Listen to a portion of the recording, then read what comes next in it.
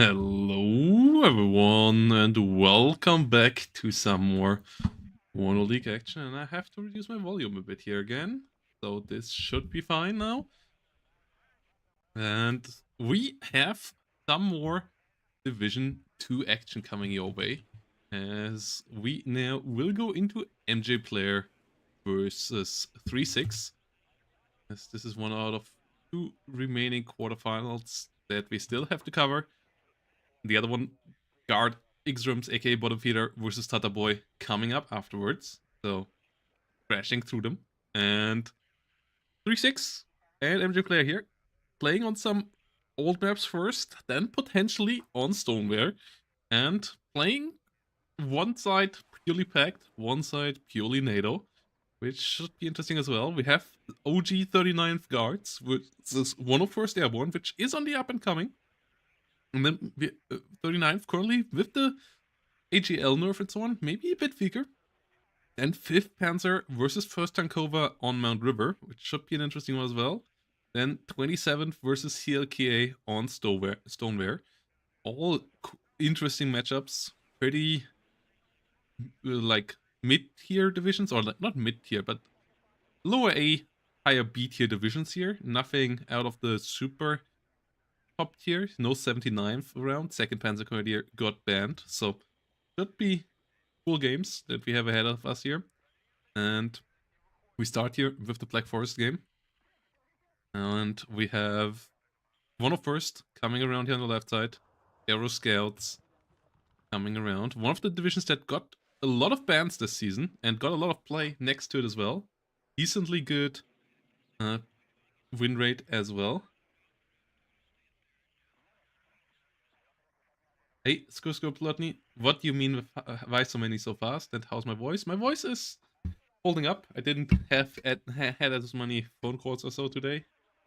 So my voice so far has been pretty okay for today. And if you ask why so many casts so fast, because they all have been played in the last week. And I tried to cover all the quarterfinals. Plus I'm traveling next weekend. And the first 2 days of next week. I want to cover the quarterfinals. Otherwise they all bunch up next week, and then I have way too much to cast next week.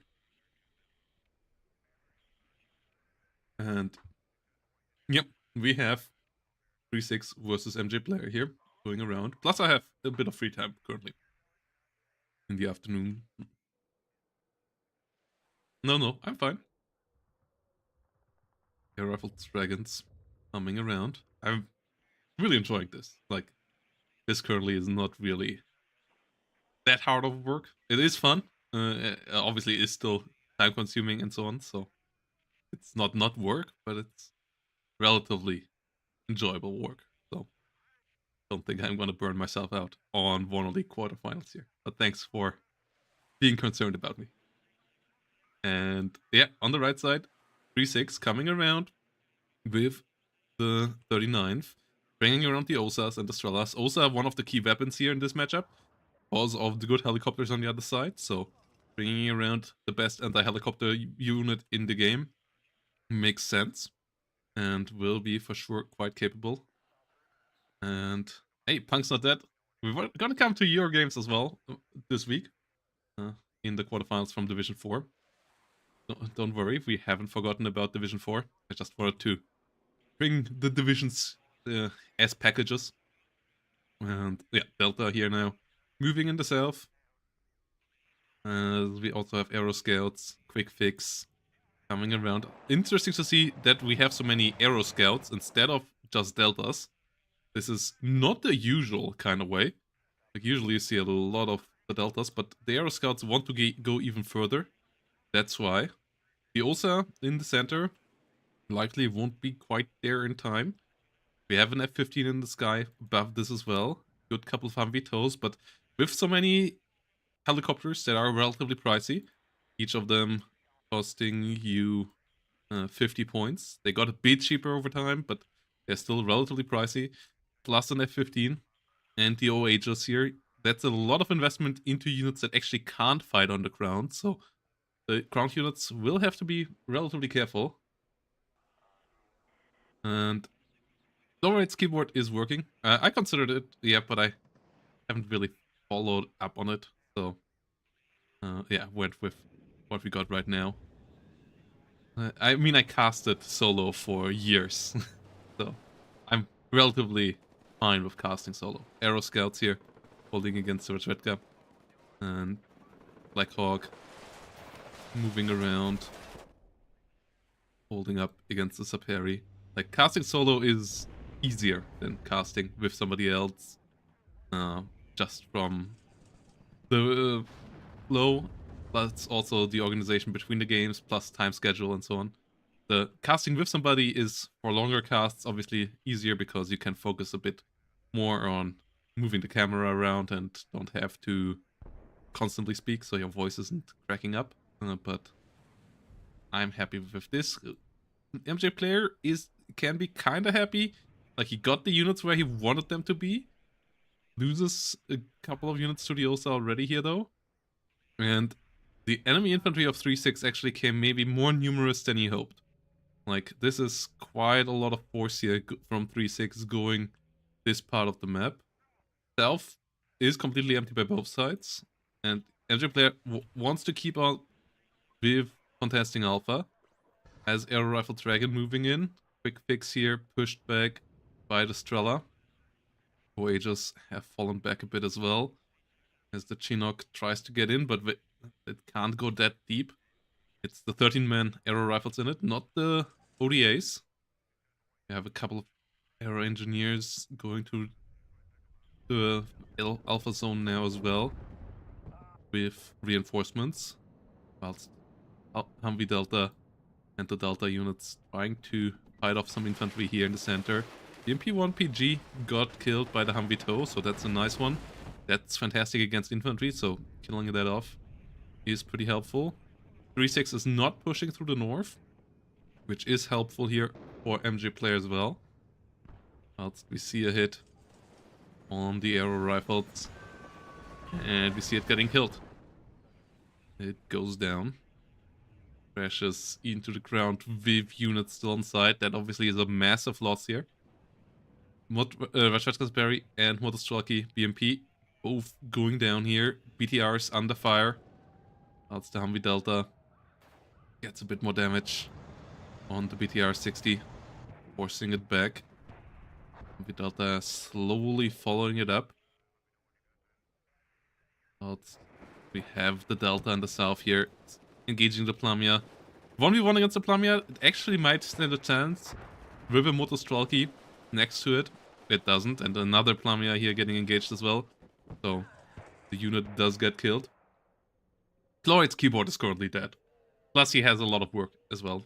With time schedule that doesn't fit with mine because he's mostly working nights currently. But we are still going to cast together. But currently, the last couple of days, it was his keyboard being dead and he couldn't use his PC. Which was the reason why we didn't cast the Division 1 games together. Like, we planned on doing that, so. Nothing really happened to Chloride, but he is out of commission right now. Trying to get a working keyboard again. Yeah. BMP1P. Going down in the north. Not quite sure if his keyboard is salvageable or if he has to get a new one. Take railing. And yeah, we have M1 IPs here. Rolling to the front line. The Ana point still being contested. That's the good news here. And MjBlair even getting a CV into the north. The front line is super fragile though. His Humvee TOW here did a good job. Oh, but yeah, Aero Engineer here. Getting under fire. The loss of the Aero Rifles. Them not unloading back here with the Chinook. The overextension for sure. One of the biggest mistakes here that currently costs him quite dearly. Getting good hits here against one BMP. Killing that off, but losing a TOW 2 in the north as well. Going a bit too deep with that. CV still around there. The Abrams are interesting. The Apache rocket is interesting as well. Not a big fan of that with the Osa and the Strela here all being bunched around this zone. Like, keeping an 8 hit point helicopter with shorter range, with the rocket one around. I don't quite see that happening. Delta going down, Aero Scouts going down, so the infantry of MjBlair is under pressure. +2 is ticking up. Soon to be a +3 here for a bit with the Aero Leader. But 39th is pretty cheap and cost efficient with the BMP-1 PG Motostrelki. And whenever they get onto you with this, with the AGS for 40 points, they will be able to deal good damage. Apache, yeah, immediately goes down, way overextended there. No idea why it went that deep into the space. Liosa revealed itself a couple of times here. ThreeSix has to fight for this. Should find a way of getting the north though. Needs to get this point captured as well. And the free center zone right now ticking for MjBlair is a big victory for MjBlair. That he figured that out, that he gets away having the zone with nothing inside. That's a nice little boon for Black Force, but also means that this is super fragile. Like, it only needs one red unit to completely figure that out. So, this fight is interesting. M1 IP has to smoke off. Second M1 IP arriving in the north. MP2s are now pushing there. Good micro there from MjBlair, I say, as it still isn't quite in cover. But able to disengage here. The infantry of MjBlair not in the greatest spots. Killing off some Eagles here would be nice, but yeah, going into the high rise is a mistake. Should have stayed low. Now the enemy, first of all, knows exactly where you are, and you also take some extra damage there. The Humvito gauging one more BMP. MVP unit so far for MjBlair. It has done a lot of work. M1 IP in the north, eating a lot of conquerors, but doing a decent job at that. Just staying above all of this. Oh, M1 IP under fire and gets killed. BMP2's actually with a successful kill there. Not sure if it showed side armor. It might have been. Might have been a miss micro there with the armor angle. Because I believe 2 frontal hits against the 18 frontal armor that should not have dealt 5 or 6 damage. The Humvito keeps on doing its job, but is about to die. Needs to get the hell out of there.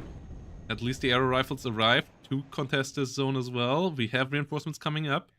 The +2 is still going. These 2 zones can be lost without the take swinging the other way. So ThreeSix just needs to hold on the line here. Loses the Humvito though. Didn't move further away. There's some uncharacteristic miss micros here out of MjBlair, and ThreeSix is playing a really stable 39th. Like, he gave WARNO first the room that you are supposed to give it. It did not overextend in the early game. Really respected what the enemy brought to the table. And just went for trades and slow pushes.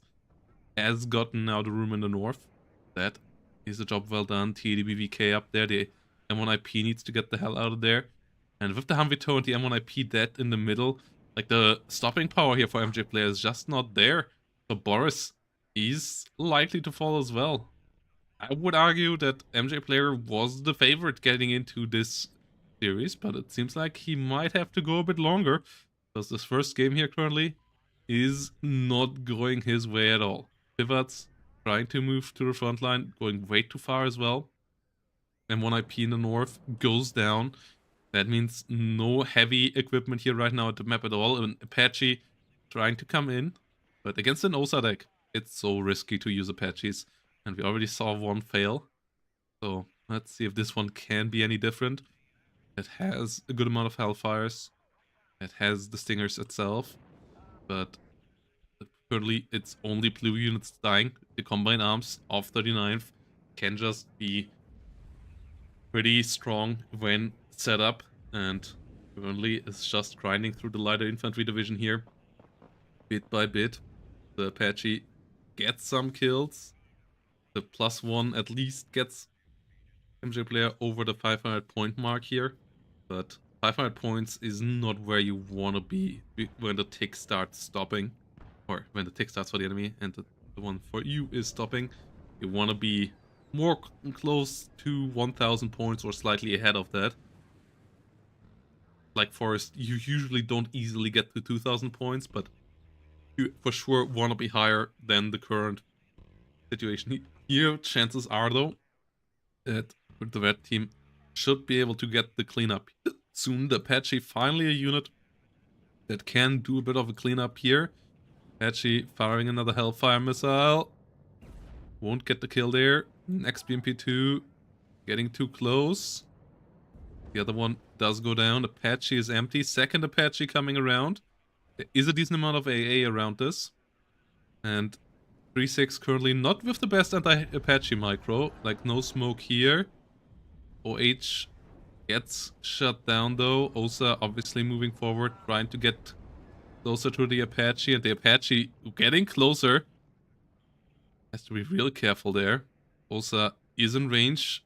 Does fail to get a shot off though.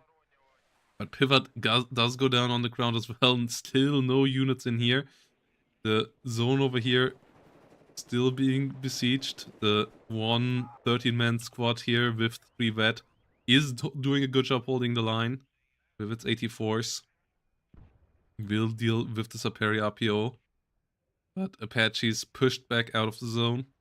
Iglas slowly advancing. 2 Osas, 3 Osas on the battlefield already.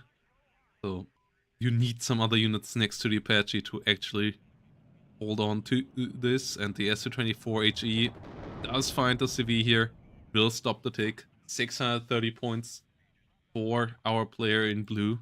And ThreeSix is coming for him now. Will stop the tick. Has started moving around the south. Is actually moving a BMP CV in there. And has a couple of other units coming around from the flank there too. So he's starting to pivot into positions where he can set up pressure against the enemy from all directions. Apache here still doing a decent job. The ATAS actually already decently successful here. At least dealing with all the light vehicles of the enemy. So that the good infantry of 101st can actually do infantry on infantry action. But outside of that, a couple of other units here going down. Arrow Dragon going down in transport again. Really uncharacteristically many deaths in transport. And by units getting caught out of position. This is not the usual MjBlair that has made it to Division 1 before. And MjBlair likely will have to step it up if he wants to make it to Division 1 again here. As the BMP2 under fire by the ATAS and ThreeSix has to be careful with the losses against the Apaches a bit. Like, some smoke micro is allowed. The rest of the movement here has been good. The Apaches by now are starting to get away with maybe a bit too much. Like this. But at the same time, Pivot's still going down. And this position here now intercepting the road. Without there being any tanks for MjBlair to really push this out again. That's still a decent situation here. 2 OSAs coming around. So the blue side has to be careful, and the arrow scouts are not really in a position to easily catch the OSA when they move. So they likely have a decent chance of catching the Apaches off guard. Apache ATAS also can't really assist on the anti-infantry side of things. The first Apache here we saw using its Hydra rockets, but it only has 38 of them, and the ATAS has none at all. Has a good turret, but with the OSAs around, it can't use that. Now we see the smoke play. Second ATAS coming around, but the smoke play is good against that as well. Rifled Dragon going down. Motostralky at least does get shut down as well, but Humvee next victim here. Arrow Scouts not really seeing enough. You have a new leader trying to go into the south, but at the same time now ThreeSix striking against the center point. And we have MjBlair really in need of some good trades, and the OSA likely gonna change that in the other direction here. As the Apache is getting shot. Is capable of landing here. But that means 2 more ATGM units firing against it. Is not starting back up. Lucky there. There's another ATGM. Not quite sure if that's perfect micro here. Might actually be perfect micro. No, it is not. Yeah, HGM just get the kill there. So one Apache down, and oh no, the Chinook getting way too close here. Yeah, Chinook getting killed off once more. Overextending against an OSA division with your helicopter transports is always a recipe for disaster, and that's exactly what happened here. We have the Eagle and Phantoms trying to strafe the OSAs now, but failing to do so. Apache getting a kill here, but there's Strellas and Eagles around here too. OH and the ATAS killing off a Mi-24, but Igla immediately getting at them. They have a Green Beret ODA moving into the zone, but the +4 now happening because all the center zone have been captured by the red side, so point tick already going one way. MiG-23 gets the OH, Apache is here completely vulnerable. There were just too many losses around this, and this is desperation mode. Moving an Apache without recon close to these buildings. Motostralkis immediately get on top of it. M1IP just getting nailed. And the Motostralki forced to fall back here. AH-64 Apache holding its line. Doing a decent job. This is not looking good. BRDM Conquerors goes down. MP2 engaging against the OH Scouts. And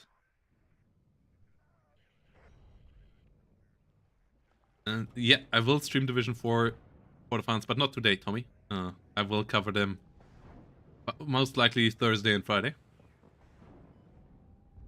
As the Apaches here do retreat. And then most likely with Chloride again. T80 BVK does get shut down. There are still some kills here, but we have 6 blue units on the front line. We have 20 or so, or 30 red units on the front line. Quality-wise, there's not even that much difference. We have, for example, a T80 and so on. And we have a +4 tick on here. Like, this is over for MjBlair. SU-24 coming in as well. WARNO first just can't afford to lose its first couple of reinforcements like this in a matchup where you already put your eggs in the basket with a light but deep opener with the Aero Scouts and the Deltas. You can't afford to lose your 13-man infantry squad in the Chinook. Your expensive infantry squad like that with 3 vet in this town could have stopped a good bit more of the enemy push, could have brought more attention here and gotten some more trades, but didn't happen. And then the M1IP and the TOW2 Humvee deaths in the middle and the north relatively fast after each other. Those were the nails in the coffin. Red side did take some losses, but it was mostly somewhat minor units like the BMP-1 PG, and I believe ThreeSix really built a good deck for handling WARNO first here with a lot of pretty affordable mechanized support with good AA setups here. The Strela also mix cost efficient as well. And in the end here, gets the reserve map 1 in a more than 2,000 points ahead in kills. 1.77 KD here. WARNO first just being dismantled by the OG motorized division. It's not in the best state it ever has been. Far from it, actually. Like, 39th is not OP at the moment. But it's still a pretty good deck. And ThreeSix made it work. So, GGVP there. Getting the 1-on-1 on the board. And with that, putting some pressure on MjBlair. As you need to make it to the semifinals to move back to Division 1 here as MjBlair. And the second game, I like the chances there for MjBlair. 5th Panzer, he's really good with. 1st Ankova is a pretty solid division on Mount River as well. I'm gonna be interested to see what we see there on the support weapons side of things from the 1st Ankova. But Leo 2s are fantastic on Mount River often. So that should be interesting. Decider game between 27th and CLKA on Stoneware sounds like a hot one as well. But let's see if we're actually gonna get there, or if ThreeSix can make a minor upset here and get the W against MjBlair. Quick break, and then we're gonna be back with game 2.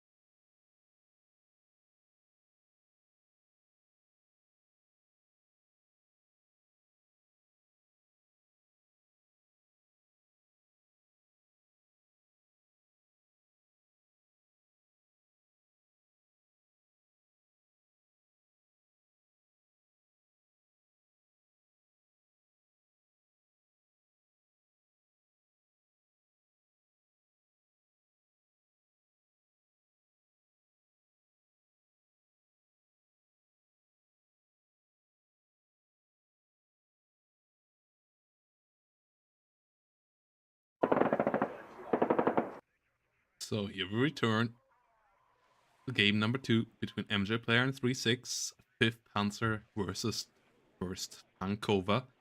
And we are on the beautiful map of Mount River. Before we jump in, quick shout out to the Matcherino, where you guys can assist funding the tournament, and you can even do it for free. All you have to do is click the claim code button on the right side here to add 25 cents to the prize pool immediately with one click. That will be paid out to real players in the end. We're closing in on the next stretch goal here of $400, which then means Division 3 will get some prize money as well. And if we go ahead of the prize pool from last season, I will do another 24-hour stream. So if we hit $800, I will be up for some 24-hour streaming again. My idea would be a 24-hour Army General campaign, multiplayer if possible, if somebody else will follow me into this shenanigans. If not, just some multiplayer action with mods and stuff, and ranked action in there as well. But yeah, would be absolutely up for that as well.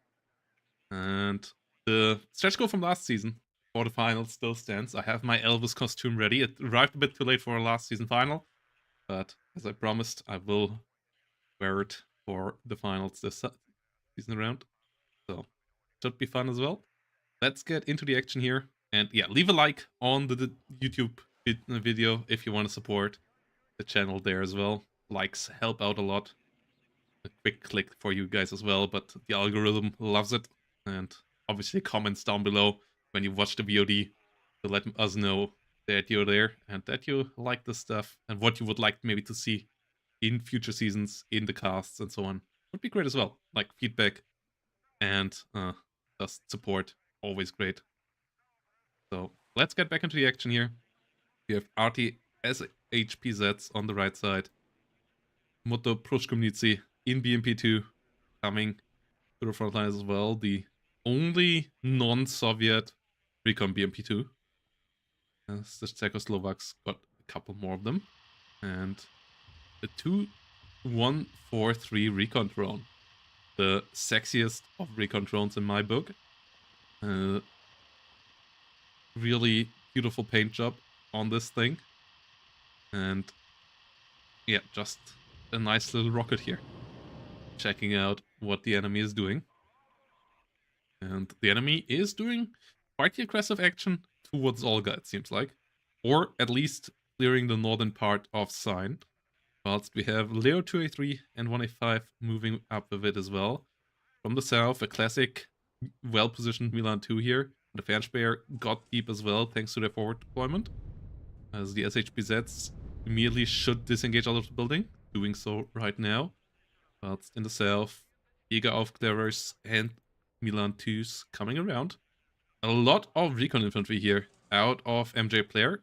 Paying a bit in cost efficiency when it comes to combat for slightly better coverage of vision in general, but especially the speed advantage here in the opener.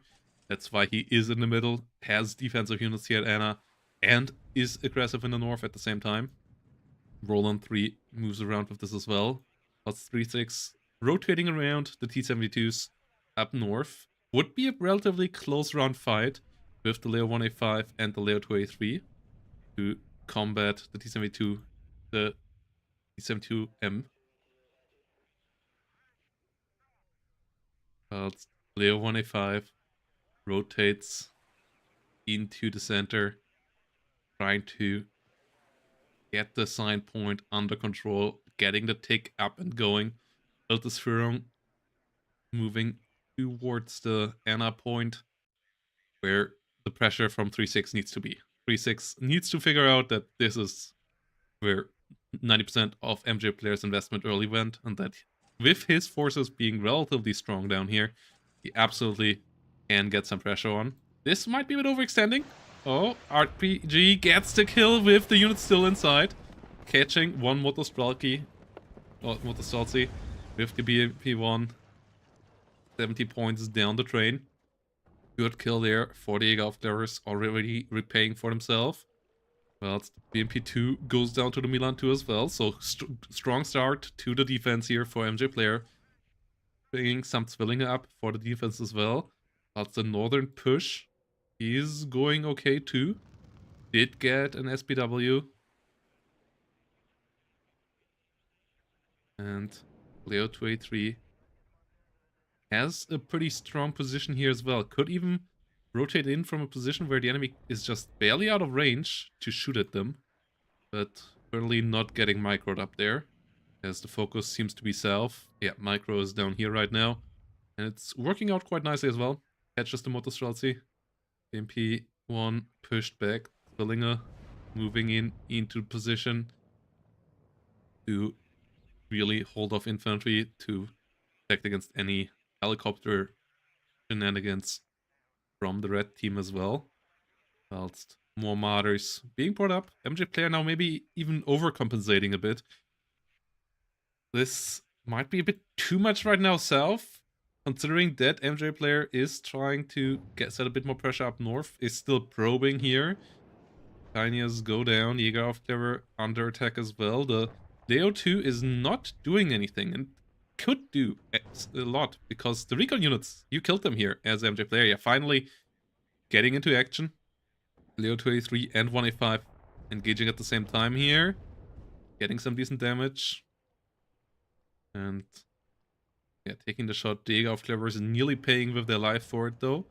Milan 2 getting involved. The 2 143 drone coming around, but we have a roll on 2. Perfect anti-drone unit. Gets the kill there. Drone down. Strong position here. The push community in the south. Well, the reinforcements here moving in for MjBlair. Needs some artillery to assist, maybe with a push or a tank. Leo 2 could do that as well. Martyrs on their own, usually not that great on the push. The autocannon is not up on par with the BMP2's autocannons. And the HGM also only mediocre. T-72 ME2 disengaging away from the Milan 2 missile. Able to dodge the shot. Well, center 3-6 now. Trying to probe a bit, maybe. Maybe could move around from here. Tulipan moving onto the battlefield as well. Helpful little, or not quite so little, mortar. 240mm. One of the biggest calibers in game, actually. But on a relatively small chassis here, with the MTLB carrying it. Yes, the Leo 2 did get it damaged here. The Jaguars in solid defensive positions, but the offensive ideas of MjBlair in the north likely not gonna happen. The Jaguar gets hit. Leo 2A3 trying to rotate in, but has to be careful to not get side shot. Jäger Aufklärer moving around. T-72S stays in the engagement here, it seems. Okay. Jaguar smoking off as well, not quite sure why. The Jäger Aufklärer do go down. Milan and Jaguars here finding decent engagements. No infantry support here, instead more AA. Okay, Pioneer finally moving up to the front line as all the T-72s on the other side get hit, but don't get killed. Community in the south do get cleaned up. Center pretty static. Some Panzer Grenadiers moving in. Leo 2A force rotating into the northern part of the zone as well.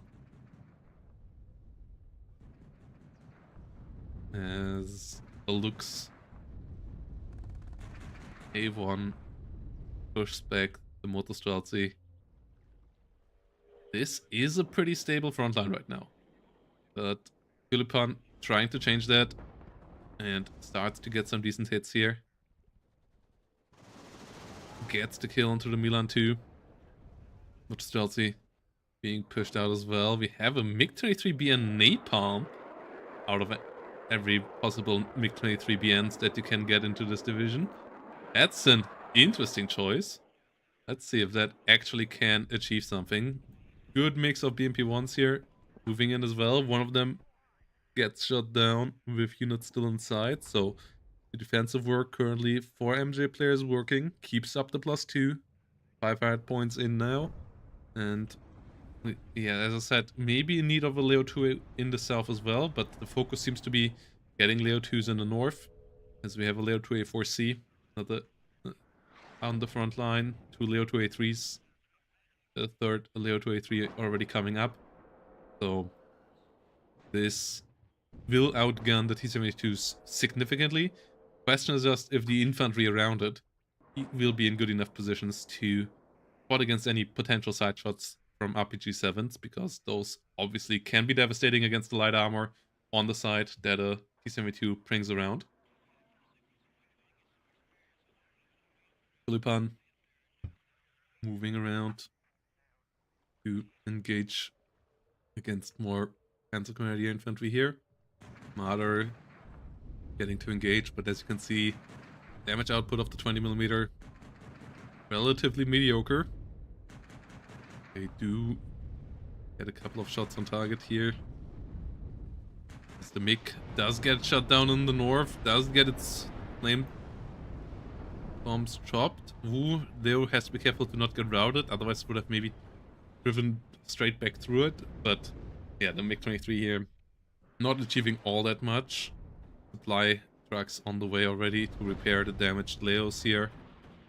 As infantry should move into some of the buildings here to assist if the Push community, push forward. Leo to Martyrs in the south do go down. Same time though, Milan with a good shot. Finds the first BMP2. Second BMP2 pushing in there as well. As the Milan 2 might get killed before it can find another shot on target. It does still find the shot on target. Does go down though. But 2 VMP2s killed by the Milan 2. That's still pretty decent there at this point. Might enable the South to hold out against the push of the Czechoslovaks here. As the Field des Führungs does go down, but Martyrs and Jägers here still holding out. Milan 2 getting into the engagement here as well against the T-72S. Will find a good hit, will find a stun. Oh, Jägeraufklärer pushing a bit too deep there. The red team is setting up the pressure now that could either go even deeper towards Boris from this tree line, or at least shut down the southern reinforcement route towards the center. But all the Leo 2A3s currently, they are not being used to gathering kills, and that's weird. And wow, the Leo 1A5 is the one that attacks alone now. That's a weird choice. Timmy 2 is trying to engage it, is getting the engagement. As the Leo 2s now rotate south. They haven't been repaired, but they have to try to assist here. But using damaged Leo 2A3s always feels a bit risky. Especially now that they lost basically all their recon. MjBlair here with the Leo 2A3s in numbers. But HGM already flying in. First one does get shut down. BMP1 will get killed. Second BMP1 does get killed as well. But the infantry is about to get into the center zone already.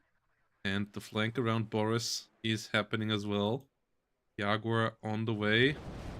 Motostrelci get shut down here. Likely gonna get killed here in a split second. Yeah, but the Motostrelci over here still did get to move on. Leo 2A3 gets a decent hit, but Pushkomnitsi would be in range to fire with an RPG on them. T-72S does go down. As the hold fire here does save the Leo 2A3. Engagements in the north still going on. The Martyr is pushing ahead of the Leos. That's not where they want to be in these kind of scenarios. Like, they want to push behind the Leos. That the Leos can take the shots and the Martyrs can use their ATGMs and their autocannons against infantry or vehicles. As the 732 points, that's a decent lead, but we still have 27 minutes to play, so you absolutely need the cost efficiency as well, and you need to hold on to key points here as the blue side. As currently, a lot of those crucial points are falling. Jägeraufklärer goes down as well. RT, SHBZ pushing forward. BMP1 under fire. Consequently in the south, under fire as well. The situation here is not really stabilizing right now. Both sides still in heavy fights in the north. M48 going down. The Leo 2A3s desperately need repairs. Whilst the T-72s and the infantry here in the south keeps up the pressure. CV coming in for the middle. The tank obviously will swing around the point tick here to the red side. And that quite quickly once it gets in there. Will swing around to a +4, so MjBlair soon will have to make some moves, and maybe, as I said, took a bit too long in the north to actually get started with doing those kind of moves. Leo 2A3 here, getting to engage, but too stressed out to actually getting to hit anything here against the T-72 MK. Does get a hit now, but BMP2 on it as well. Unit moving up north. CV Leo 1 does go down. Komnitsi being the next target here. As we have a MiG-23 B1 BN cluster bomber. And it gets the double kill. Oh, Roland's not able to get the kill in return. And the one remaining last trump card of MjBlair here is starting to falter as well. Still has 3 Leo 2A3s, but They just never got any massive amount of kills here. We see ATGM coming after Leo 2A4. Not getting a hit yet there. T72MK does go down. Panzer Grenadier is moving in. These two Leos need to keep on killing T72s. Like, Leo 2A4s can be fantastic T72 hunters, but they never really did the follow-up here for MjBlair. MjBlair staying a bit too static with them. Gets another kill here in the south. Yeah, this is how you want to have your Leo 2s engaging. Might want to even push a bit harder here, like not pushing against the T72S here. Makes sense on the first, but again, up against the +4, you might need to take the risk or not. A MiG-23BN cluster bomber coming around. Only got some focuses, okay. That's good for the Leo. Lack of recon here is pretty bad though. MiG-23 Napalm gets shut down. Gets a 6x6 Mando. Roland does get good as well. The combined arms is fragile here right now. MjBlair's combined arms is fragile and he needs to do more stuff with the units like the Leo 2A4 here, yeah. Leo 2A4 now moving around. Jaguars moving in. Not a stun. T72 can smoke off here. As the RTS HBZ pushes onto the Jaguar, gets the kill there. This is not looking so hot for MjBlair. +4, taking on quite quickly. T72S gets stunned down. He'll likely try to smoke off here now. Oh, it's able to escape. Leo 2A4 once more not pushing forward. Leo 2A4 once more not quite being daring enough. The high speed of those West German tanks not really being used this game. They were just being bought for their guns, and their guns are not bad, and their frontal armor is not bad either.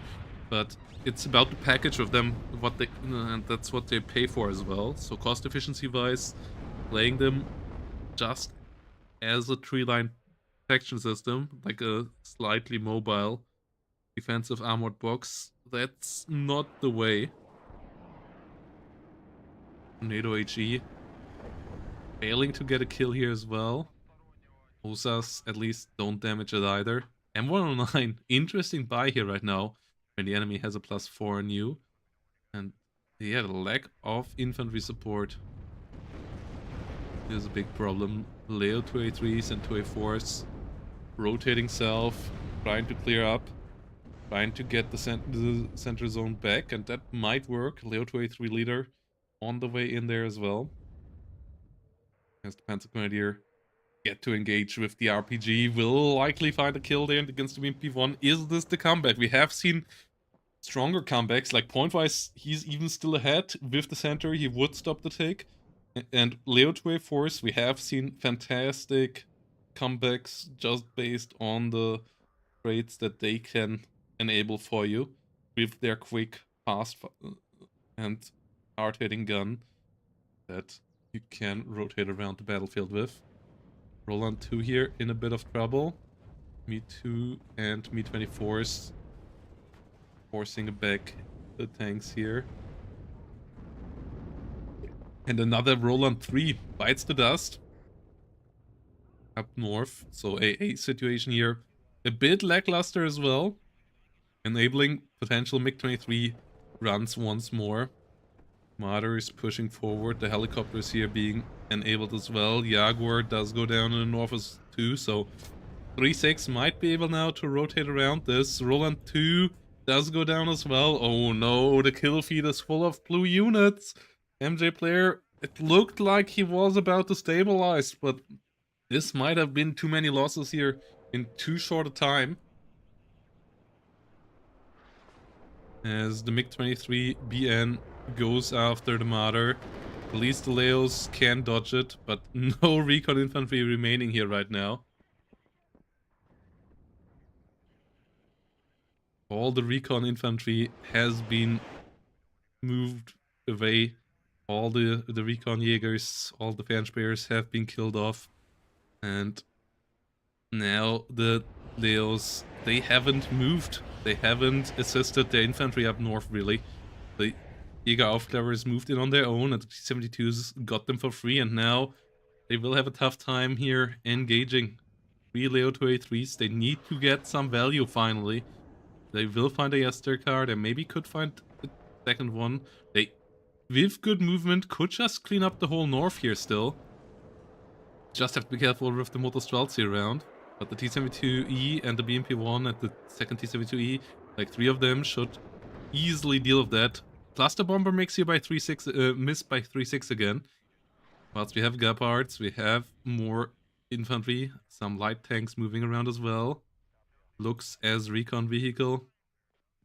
Moving around in the south. Leo 2A4 here, a decent anchor too. As T-72s come around from the other side. You still need to start to finally get some kills here though. Motostreltsy being stressed out, will get killed off. Leo 2A3 engaging on its own.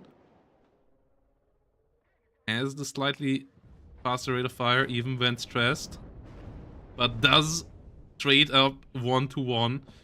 As the enemy just was exactly dealing 5 damage to it, but it was doing a good bit more, but that's both 2 shots, so bad trade there.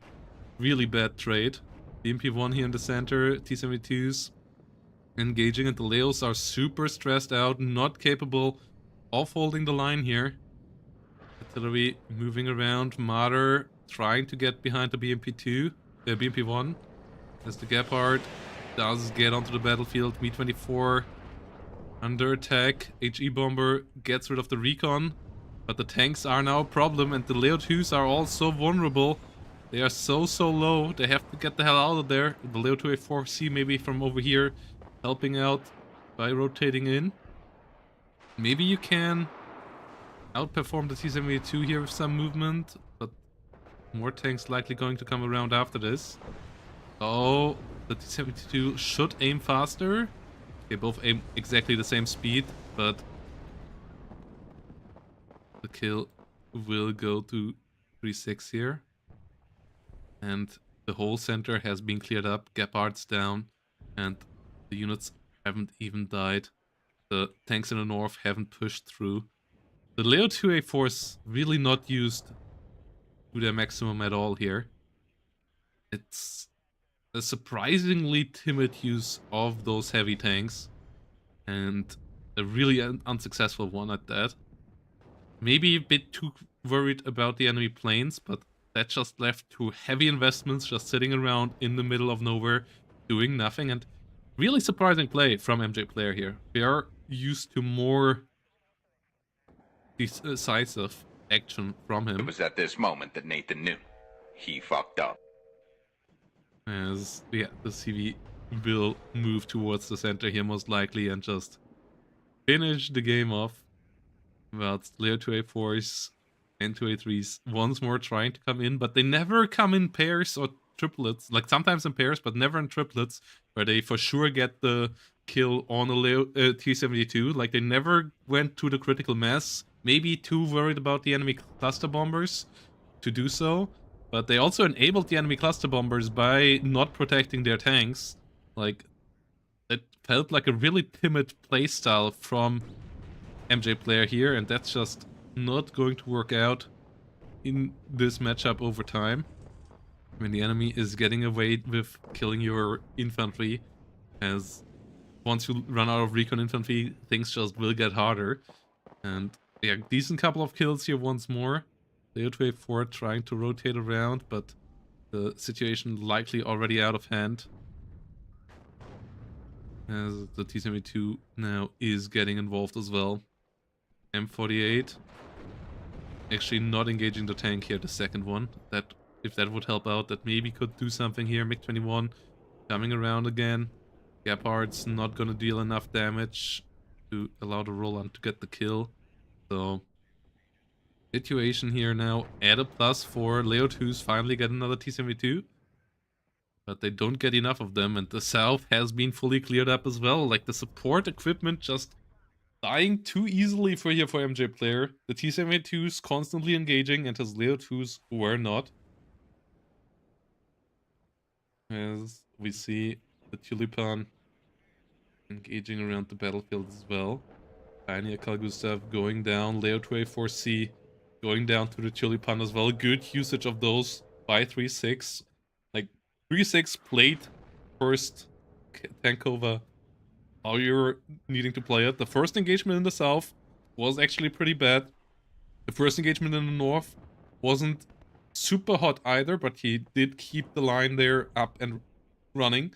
And the engagements after, he just used his combined arms quite efficiently, tried to throw some curveballs with helicopters at the enemy and so on, and kept getting kills against isolated units, and then also enabled a good couple of kills on the Leo 2s, so that the Leo 2 number never could get out of hand, like trading some T-72s away for it, as you have to. You can't just get away without taking losses against Leo 2s, but you have to keep their number below 7 or 8. So you have to trade into them from time to time, and he did that, getting the kills and then keeping the enemy away from being able to snowball against him. And now Leo 2A3s without recon driving into Mortar Streltsy. This is not the way here. MjBlair getting killed there once more. Leo 2A3 leader goes down. T-72 pushing forward. Eats a shot. Gets a shot back onto the Leo 2A4. This time around, not quite dealing half the hit points and damage, but the Leo 2A4 not able to retaliate either. He will have small little missiles. No bombs here. Able to get onto the center or anything like that. Tornado bombers, yeah, now coming around, but haven't really shown up in numbers either. It's a bit of a weird game. It's a really solid game from ThreeSix though. And yeah, ThreeSix, a bit of an upset here. Last season around, he had a terrible run in group stage in Division 2. This season around, getting it a good bit better, making it to the quarterfinals. And it seems like making it directly into the semifinals, and with that into Division 1 next season as well. So this is looking really rough. 2 minutes 57 seconds and not a chance here really for the Leos to actually do their magic. Vega out there coming around solo in the south. Like a bit of infantry here for the middle, but there's not even a CV that could capture anything at this point. MjBlair is still playing it on right now, but most likely just more in disbelief than actually with hope for getting anything done here. Leo 2A4C goes down to the T-72S as well. Have a good couple of pioneers, but MjBlair washed question mark. It was pretty solid games from ThreeSix, but it also felt a bit uncharacteristically floppy in the execution by MjBlair. Artillery from the Tulipan coming around. First tank over here being quite cleanly played. Like, ThreeSix played good games, but it weren't even close games. Like, he played good enough that there was not a chance in either of these games here really for MjBlair, and that is just really surprising. With MjBlair being a previous Division 1 player and so on, like, this is not his A level. Like, not wanting to diminish ThreeSix's performance here. He played 2 really good games, but they should have been closer. T-72S engaging against the Leo 1, Mi-24, good investment here once more. Gepard trying to move forward. The Leo 2 got hit again. Mi-24 now getting microed away. Trying to get the hell out of there. Gepard getting a bit more damage, but not getting the kill. And 1 minute and 5 seconds away. Now buying a Leo 1A5 CV won't rescue you. We only have a single Leo 2E4 remaining on the map. Mi-23 cluster coming in as well. Well, we have the Leo 2A4C in the south.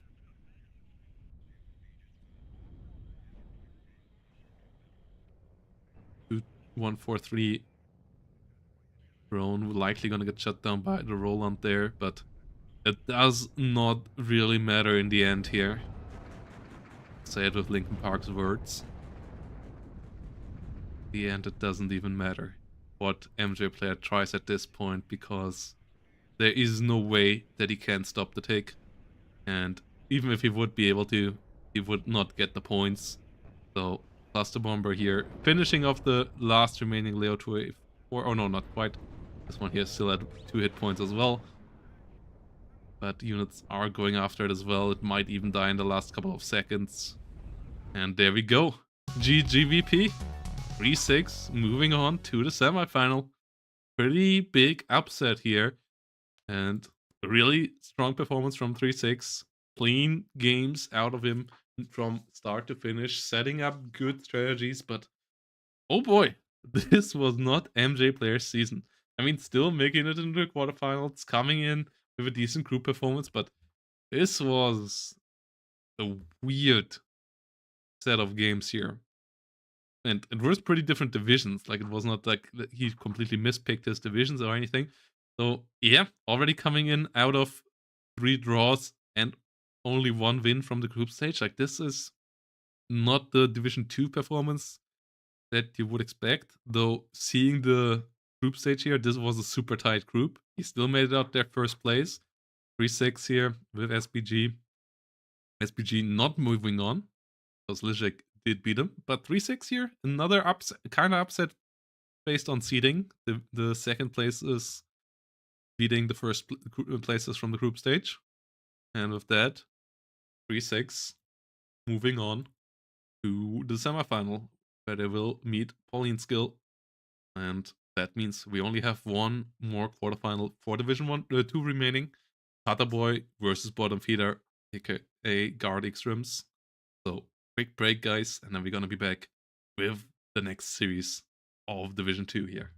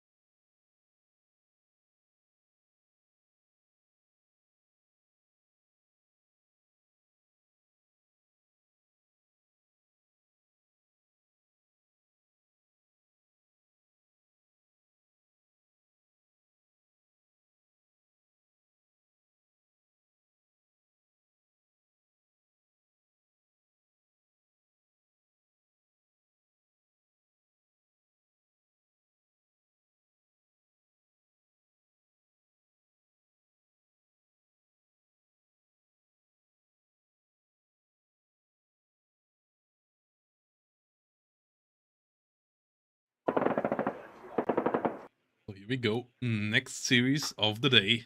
The final quarterfinal of Division 2. Who will make it into a semifinal, and with that, get the last ticket for Division 1 for next season as well. Will it be Bottomfeeder on the left side or Tatarboy on the right? as we gonna start here on Vertigo. And the picks and bans, pretty interesting, as it seems like Tatarboy has a theme, that being Soviet Guards Division, 79th, 39th, and 2nd Guards. And seems like Bottomfeeder didn't quite know that, because, well, 6 Moto is going in a similar direction, but neither 9th US nor 6th Leger really do that. Both divisions that Tatarboy has played before here, 9th and 6th, but it seems like this time around it is his guard's face. Well, on the other side, Tatarboy has the number of Bottomfeeder. First UK armored, 5th Panzer, 3rd US, all divisions that Bottomfeeder has played quite a lot in the past. But he still has found some good divisions as well. 35th BDV, we're gonna see how well that goes on Vertigo. It didn't work out well yesterday. Let's see if it works out better. Dots by there, not so successful with it. And then we have 11th Armored and 4th Divisia. 35th, I pointed it out before, I don't think is in a good spot right now. I believe its mechanized core is not quite strong enough to really dominate the early game. And the ATGM wall gameplay has been nerfed with the BMP and D2s getting nerfed. And is also in general not that strong anymore.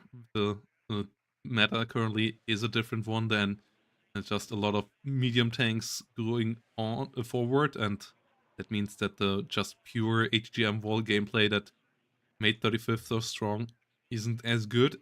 Plus, on a lot of maps, it doesn't work out. It could maybe work out here, but we will see. And then its air and is not good enough to protect the helicopters. That's something I pointed out yesterday as well. It needs something better to protect its high-quality helicopters. They're a lot of fun, but they just don't work in 1v1 games at the moment. The KA-50 and the Mi-24 BP, we saw that fail yesterday. Great micro from Dotspy on them. Not good enough to actually make a difference. And on the other side, we have maybe the best pack division in the game right now. 79th, though we have it in a form. Oh my goodness, Tatarboy. Is he going into Division 1 with style? Bringing in Skladna Zemlya, bringing around the Soviet FSP. What are we seeing here? What is the plan here, Tatarboy? How many MLRS are we going to see? This is a choice. Like, this only makes sense if you want to play a good couple MLRS systems. For normal artillery, you don't need that much supply. So this should be an interesting one. MiG-23 going around, setting yourself up, or back rather, 175 points against the 4 deployment division in the opener. That's a choice. Setting yourself then back another 300 points nearly, 290 points to be exact, with 2 MiG-23 MLs. That's leaving you with not that many points on the ground.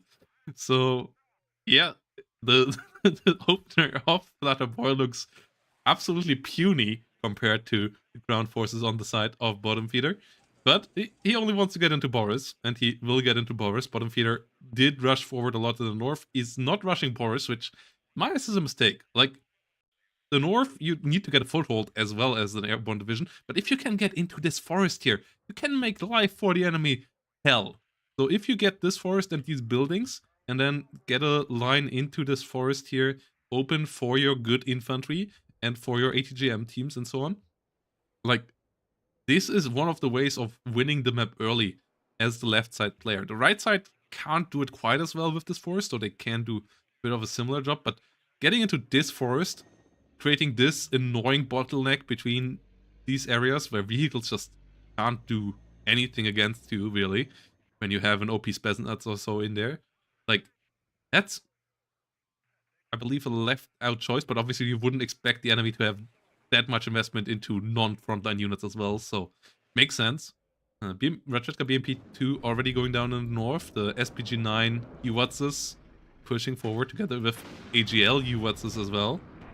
So, really interesting fire support strategy here from Bottomfeeder. Just trying to use as many of these these Soviet jeeps running around from California. Big Red State fan.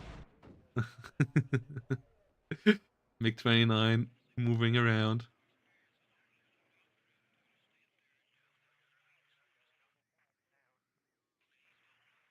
MiG-23 don't stand a chance against these MiG-29s, as those MiG-23s are double R60M shotgun fighters with only 10% ECM, so they have great missiles on the MiG-29 coming around with the R27s, and then also a good couple of R60s, and better ECM. Should be easily killing that. We have the first Grud on the battlefield. And yeah, I would expect the second and the third. So this should be interesting. Really an odd choice here. Like, guys, when have you last seen an FSP in a tournament game? I believe we saw one in Division 4, but when have we seen it last in Division 2 or 1 game? It has been a while. There have been a couple of games, but currently the Buratino is not an option, and that kind of was the only times we saw it in the past, really, when the burrito was good. So yeah, SPG9's getting a kill, getting deep. Is Bottomfeeder actually getting away with it here? UCV moving around. Well, it's BRDM to you moving up north. Iglas holding the line. It lets a lot of MiGs diving against the MiG on the other side. Getting it pushed back. Seedplane keeping the coop busy.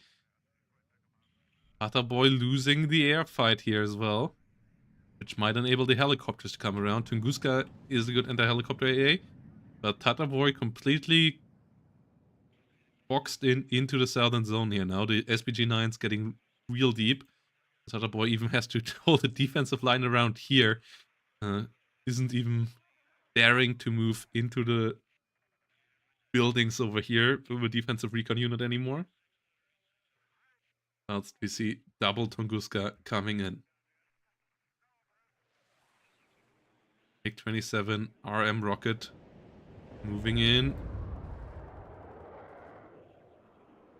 Getting a decent hit. Plus not getting a shot on target. They have Conqueror's missiles around as well. The TO-55s moving over the open field. That's a choice.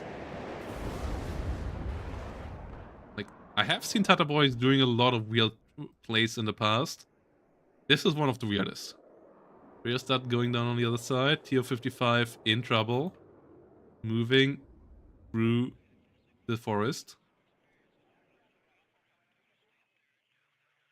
Wait, did one of the coops get killed? No, or is that the... No, that's the same coop. That's the same coop, okay. Just looked a bit weird with the movement. Brad is aiming on all the UATs. This obviously could be devastating. Brad is getting to fire. How fast does Bottomfeeder realize it? A bit late. There will be deaths. A bit indecisive about the movement here as well. Has now split them in two. Okay, that's 2 of them down. Okay, 2 out of 7 down. The others is all damaged. Could have been a bit worse. Like, the movement there was for sure a bit late. But still at least a good couple of kills there for the beginning. Not all rockets fired, so can maybe find a couple more here.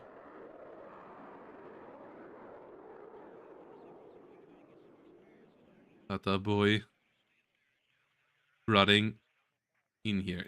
Next artillery piece coming in. I want to see more cruts. I want to see this thing getting emptied here, guys.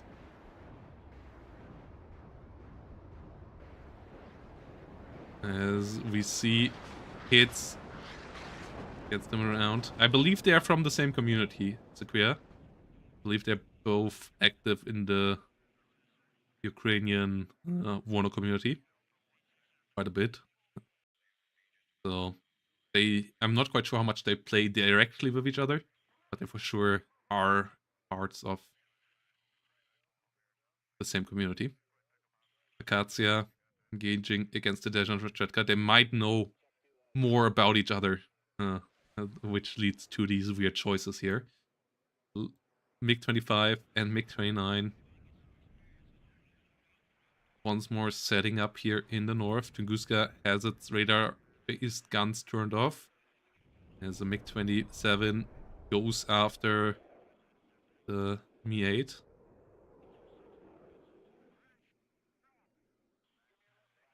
Tunguska's engage there again. MiG-29 should get away with murder here. Yes, they get away with murder. With good micro. Yep, shouldn't fly into the enemy here. Crud getting reloaded. The air war here is annoying for Tatarboy. Should for sure enable helicopters here on the other side when needed. Though Tunguska's with the 3000 meter range and the helicopter missile can deal with it. Ooh. Getting a kill against the MiG-27 as well. Tunguska's here. Not able to get the MiG-29, but they finally will retreat. Good couple of SPG-9s moving in the north. Artillery is a couple of Nonas. Not a second Crud here yet. First 1,000... or no, first couple hundred supplies here taken out. Yeah, Crud needs around 1,000 with refueling. Likely a bit less resupply. Need to use up at least 10,000 to make it decently okay to bring this. You really need to eat it up actually to justify it at all in my eyes in the long run. But at least getting close would be interesting. Guska and Igla here getting the MiG-27. Like if you go above 12,000, that's more than 2 supply cards could get you. And 79 is a bit limited in the supply tab, so it makes okay sense to if you really eat up a lot of supply, but so far that's not quite the case here. And like there is another card of Ural supplies at least, so that's together above 20,000, like 22,000 supply that you get there. So that you need to get a couple of Crud salvos. A single Crud can't fire as much, and the rest of your units here can't really do it either. Couple SPG-9 here moving around. The Motor Strike is now working hard to clean that up, as we see a good couple of BMP-1s moving into the center, or into the southern zone rather. Nonas here going after the Tunguska and the Igla. Likely might get away with some kill as well, and the +2 tick keeps on going. Idea most likely will be to break the south. With the artillery, you can achieve that. But still, second Crud here would be pretty interesting. Yeah, the FSP in the rear. This is really the wild choice here. A lot of UATs once more roaming around. Like, both of these players are not playing your average WARNO game here. We haven't seen these kind of UAT swarms since 2022. There was a time when this was how you played WARNO. That time has been long gone. The SPG-9 has been buffed a bit back, but it's not even close to the annoyance that it was capable back in the day. It was faster off-road. It had more range on the recoilless rifle. And stealth, like optics were weaker as well, so they were harder to detect as well. So they could really ambush complete lines of enemy roaming in. The accuracy buff has brought them back into an okay spot in my eyes. I still don't believe they are a great unit. Like SPGs in general, the infantry ones I'm rather okay with. In a good couple of decks they can be quite worthwhile again. But the vehicle ones, they are still of limited use. I don't believe they're useless anymore, but they are of limited use. MiG-29 here getting shut down. They got the Mi-8 at least, but still losing another fighter here. Nonas going after all the tanks. There is a T-80BV IZD now.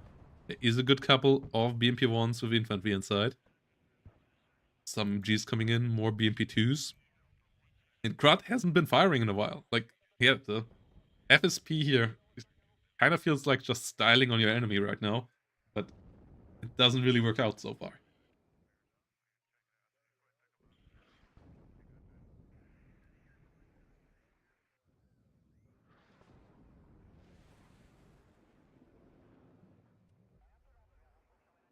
Conkers getting killed.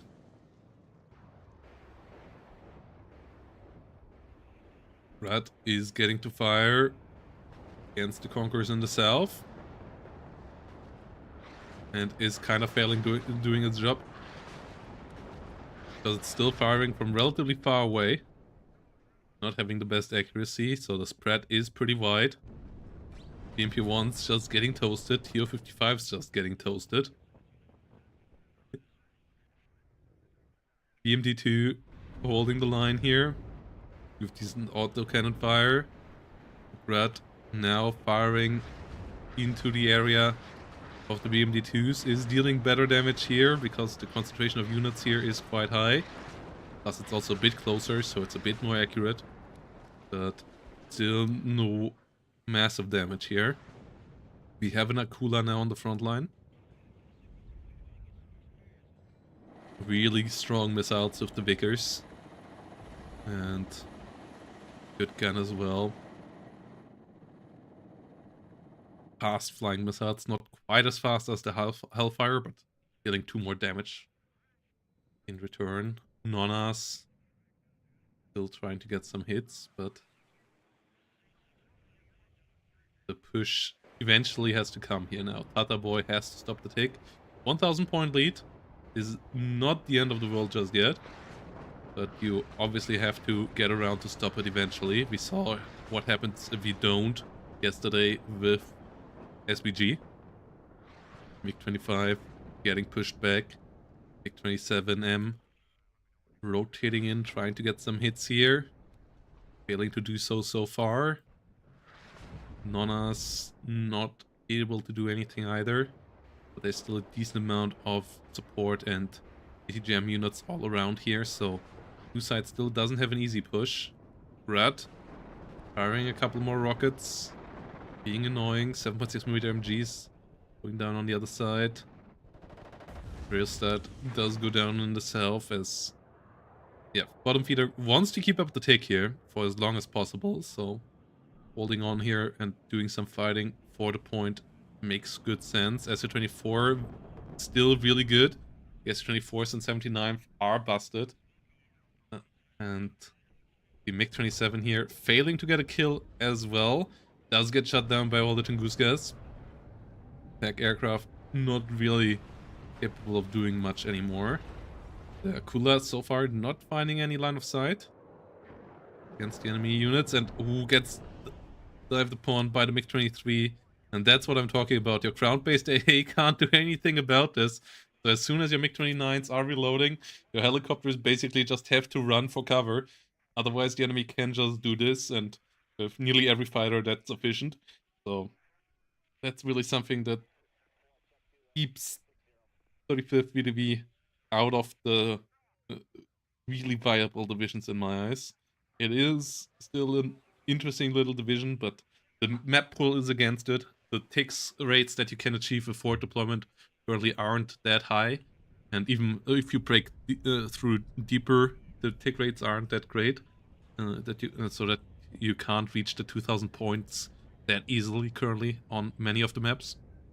And the gameplay on the ground, the BMD2s are far from what they had been in the past. The price nerfs, the autocannon nerfs, the ATGM reload nerf for IFVs, all of that has hit them significantly, and Bottomfeeder is trying to hold the line here now, but has to be careful to not get collapsed, as Tatarboy is slowly moving forward. Still far away from massive successes. There is still a good amount of annoyance here left in the north. The BMD2s, or BMD1G MPGs and Motostralkis here being kept in the rear. Some more UATs actually making it towards the spawn here for an ambush position. I'm not quite sure if they are right where they need to be, or if they would need to be a slight bit to the left here to get the side shots immediately on spawning units. But interesting spawn camping position. TADBV gets got. But the Nonas get under fire here by the Grud. It's now 2 Gruds finally. But the squadrons, the SPG9s even might find this and kill this. That would be massive. That would be really painful. Nonas engaging here. Else we have the Crowd firing more of its rockets to damage and stress out the enemy over here as well. So the tanks, yeah, TADBV IZD nearly going down, needs to get repaired here. Another one, another TADBV moving forward. Urals moving to the front line for repairs now. Well, it's the Nonas go after the Motrachvetka, trying to get rid of the recon that spots all of this. MiG-27M AT flying in, but all the AT in the south, AA in the south, it likely will have a bad time. Seed plane still won't find anything here. Tunguska's they turned off, and the MiG-27 not able to get a shot on target because recon doesn't work. So the MiG-27 gets around to a Tunguska, but both planes get shut down. Some important losses here. Well, it's the BMT2. Does hold the line. Kratz reloaded. We are now down. Okay, we're still only 3,000 supplies in here. Halfway in the game, only 3,000 supplies in. Not quite sure how he plans to get rid of another 12,000 supplies here at this point. Like, currently this is still something that a normal supply card could have done easily for you. So there needs to be a good bit more fire here out of these Kratz and a couple more units to get us close to making this worthwhile. But the +2 is finishing him off in 7 minutes, and it's by now at 1,400 points. That's a significant amount of points now. So 79 starts to needs to get ready to actually do something about that. +2 does keep on ticking here. As 35th VDV is holding the line all around the front line. Igla under fire. And yeah, just some odd choices here. S-24 bomber trying to come in. MiG-29 fails to get a shot off against the MiG-23 that would finish it off. S-24 coming around again. Getting decent damage in. And does survive. And the next Akula just gets killed off by MiG-23 here. Those are really painful losses here for Bottomfeeder. But at least gets the MiG-23 in return. But yeah, this expensive helicopters, pretty painful. The Grads moved forward again, are re-aiming.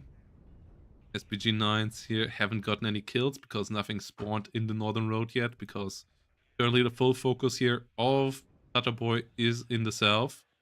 So you maybe might want to move them over here and risk that the enemy then spawns on both sides of them. As Afghansis go down, Brad here dealing decent damage. Infantry and tank push moving forward. 18 minutes remaining.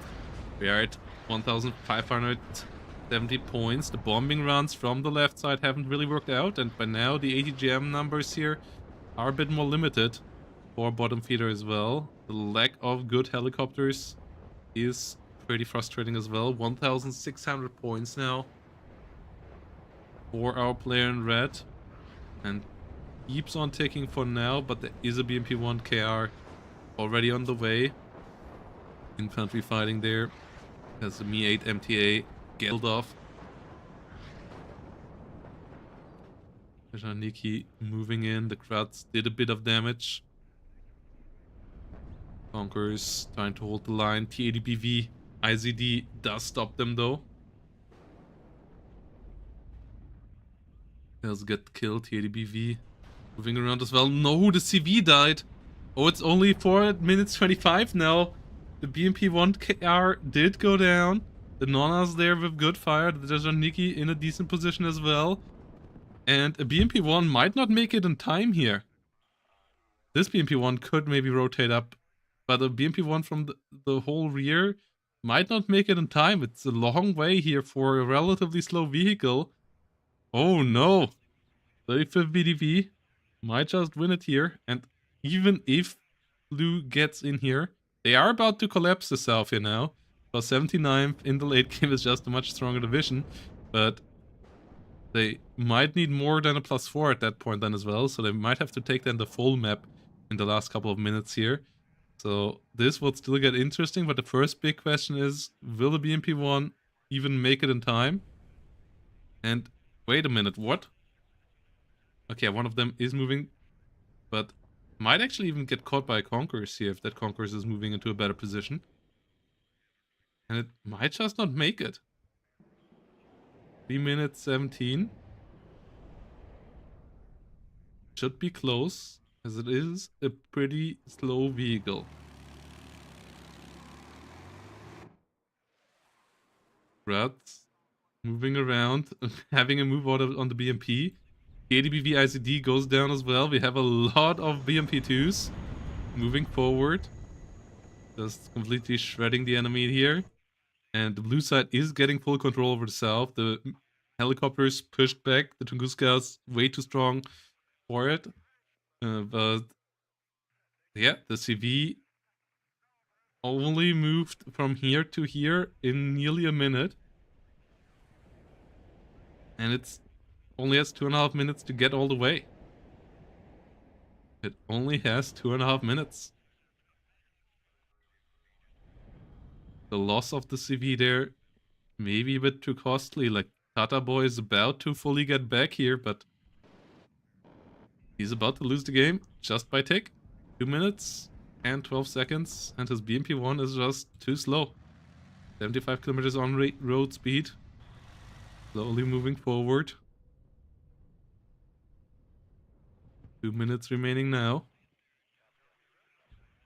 With the Strelkies moving around. Like, he might get up to here or so. As he is getting around the bend now. 2 more curves. Like, next 40 seconds might get him up here. And he might just barely make it or barely not make it. It will be a really close run. And he might not capture the zone in time. Like, he might even make it in, and the +1 tick finishes him off. 1 minute 20. Immediately being ordered all the way. It might just barely work out here. Second CV ordered immediately to run through. 1 minute and 5 seconds. Okay, he might actually make... He actually is going to make it here in time if he doesn't get shut down. Like 29 doesn't get him there. The CVs are spotted. 53 seconds. All the units here are pushing forward. Me-24V and the Iglas holding the line. Good couple of ATGM vehicles, but not enough infantry. And okay, he gets in just in time here. Will have enough time to capture the whole zone. Skretz gets the kill here from the rear. As the BMP1 will now move through. And try to get a +4 Me-24 VP. Should go for the BMP1 that doesn't have a smoke. Nikki move forward as well. Me-24 VP here currently in a good spot as the Strellas are rotating around. Stuns here on the CV units. Conquerors moving around as well. Might get the Strellas. Tunguska there in danger as well. As BMP2 goes down. BMP1 KR in trouble. Periapio rotating around as well. TDBV nearly going down. Strela does go down. TDBV heavily under fire. Me-24 here now coming around on the other side. Me-24 V8T here goes up. Starts to deal with the infantry. Tunguska and an Igla still around. The BMP1 KR makes it in. About to make it a +4, which would maybe be... No, yeah, will be enough. The +4 will be enough. But all the frontline units here are currently dying for Tatarboy. So CV for Bottomfeeder already on the way. Should buy him enough time. And it doesn't even get the capture here. The BMP1 not quite moving the right way. Doesn't get the full capture. +2, not enough. We now will see rocket artillery coming around against all of these units clumped up and get to town. Move north, could win it for Tatarboy here as well. Wait, Su-24 just gonna eliminate a lot of these units too. The SPG-9s in the rear never moving for Bottomfeeder. Massive loss. If he would have moved them in here, he could have gotten a good couple more kills. He's down to... Oh, he's down to 3 fuels. He might not have made it over here. Oh, the fuel situation might limit him from actually moving here. Oh, no. So, with the situation being what it is right now, the forces of Tatarboy need to capture the northern parts of the map now too. I believe. It will be super close with a +4 here. 11 minutes, 36. And actually, he actually might just get barely ahead in points with this. So there is a CV on the other side coming in here too. That will contest it for a bit. Conqueror's not moving around. B-24 still has some Cocon missiles left. This Beznat's leader have RPG-26s. Engine destroyed here on the BMP-1. The leader might be just moving forward here to kill the enemy CV.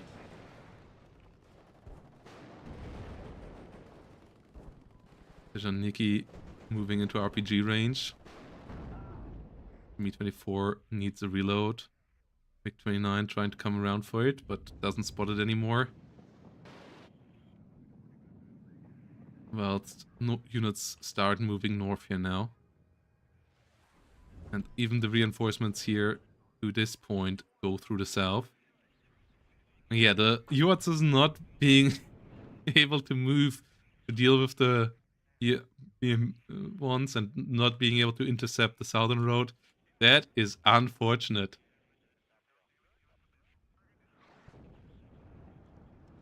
Beznats getting the full capture. And Su-24 coming around. Maybe sneaking a CV here into Paul. Could be a way to victory. Oh, CV goes down. That's annoying. Here I am moving in. Bottomfeeder trying to move around. Knows that he's under pressure now in the north as well. His OP's Beznats now will likely find some kill. Reloading against the SPG here. Will get the kill there on the second one as well. Grats comes around. Tunguska were turned on again. Get got. The RDM moving in now to try to capture. Whilst the T-72 BVK gets a +3. Needs more than that. And that's a problem, as that means he needs to contest Ivan as well, whilst capturing the northern zones. Because the north alone gives him only a +4 as well. And we already made clear that that is not enough anymore. Would still get him close, but wouldn't quite get him there.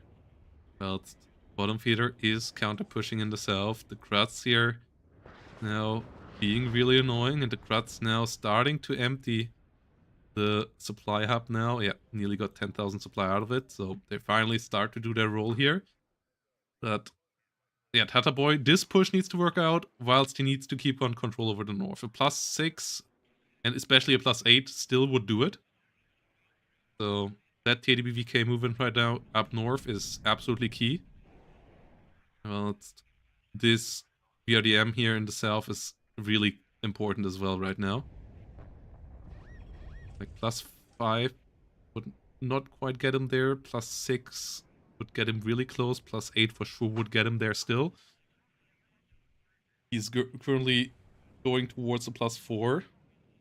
A lot of BRDM. Oh my goodness, all the Saperis here died. 3 out of 4 Saperi RPOs died. With them, the push here would have been pretty realistic. Without them, not so much. And the Mi-24 is clearing up the north. The helicopters, all the helicopter AA, all the Galas, all the Iglas, all the Tunguskas especially died here. ADBVK not making it in. And the BRDM gets the capture back here. Will reduce it even to only a +2, which is by no means enough. The BRDM could rotate around here as well. OP Spaznuts, with the current pathing, will get a kill against the T80 BVK there as well. And then the BRDM can just rotate back in the north as well. New CV there coming up, and there's not that much defensive line because everything now is trying to break through again in the south. So the FSP here, a really odd choice. Kratz spamming it out. ADBVK moving in, and yeah, he started to use it pretty late as well. Weird choice there. Tatarboy making it odd. And right in the end here now won't make it. Oh, might even kill his own units here. Yeah. Hitting his own units there. ADBVK in the north. Got killed by the OP Spaznuts. With their strong RPG 29. The BRDM can move in there as well. The Spaznuts Comrade over here got the capture too. So that will stop the tick completely. Tatarboy, 79th, being mismanaged, but also a really interesting game plan from Bottomfeeder here with 35th. Going around with all these UWATs with SPG9 and AGSs, making it wide. Interesting, aggressive MiG-29 usage in the air as well, which worked out decently okay. So he was pushed to the brink in the south once more in the end, but the crowd fire and so on not quite doing it, so that was quite the interesting game. And yeah, the FSP still has supply, so that's a big mistake. This thing should be empty. If you at least use it, you at least need to use it completely. Use more crud fire. Open up with a crud if you do this. And go for the kill like that. Like, this was a wild one. 7.6 MjBlair is coming around. It felt like a blast from the past. Like, with all the UWATs and so on, and the weird southern pushes, FSP showing up and so on. Like, this felt like a weird game from early days of WARNO. And yeah, 79th is strong, but if you do some mistakes, you still can fall with it. And Tatarboy can be still happy that these UWATs in the rear didn't have the fuel to move into a better position to intercept his stuff, because that likely would have been pretty bloody as well. So yeah, those UWATs were quite something as well. SU-24 here, it already had some devastating runs. It will get another one here most likely. Yeah, but it just doesn't matter. 3 minutes 50 remaining and just not enough time here. +4 is nice and all for Tatarboy, but it's nowhere near enough. BRDM even trying to go for Paul here. It obviously doesn't work out, but North is safe. And with that, the game is safe as well. And yep, yeah, both of these players are high-level players. And like, Bottomfeeder has been in Division 1 for a long time, has been demoted to Division 2 last season. Tatarboy has been close, has been in the quarterfinals of Division 2 for 2 times now by now as well. I believe both times not making it past the quarterfinals. And yeah, not starting great here right now either. But it was also a lot of weird mixes of choices, which kind of makes me believe that these two players knew what the other player was playing like over the last couple of weeks and so on, and tried to kind of mind game it, and the FSP is part of that, but yeah, in the end it's still at 5,400 supply and not empty, and that's just a mistake. Will go lower now, but still won't be empty.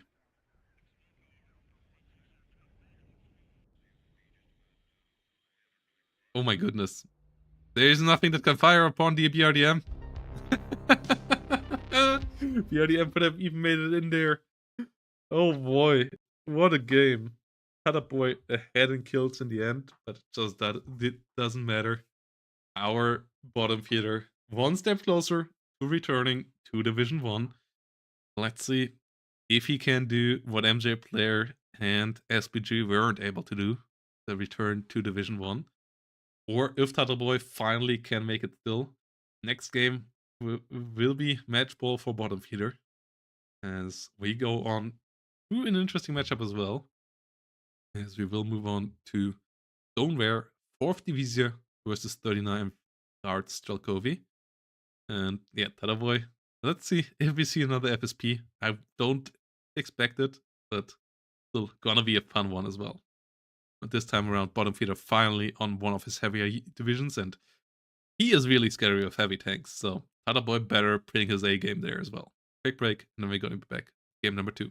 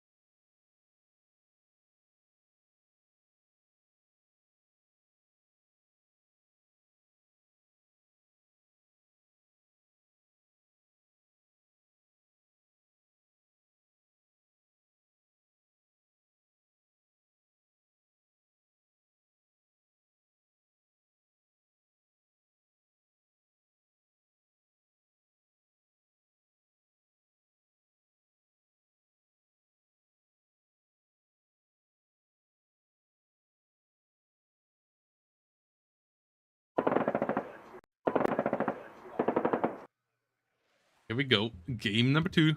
Bottomfeeder versus Tatarboy. Gonna be on the beautiful map of Cliff, with Bottomfeeder bringing around the 4th Division.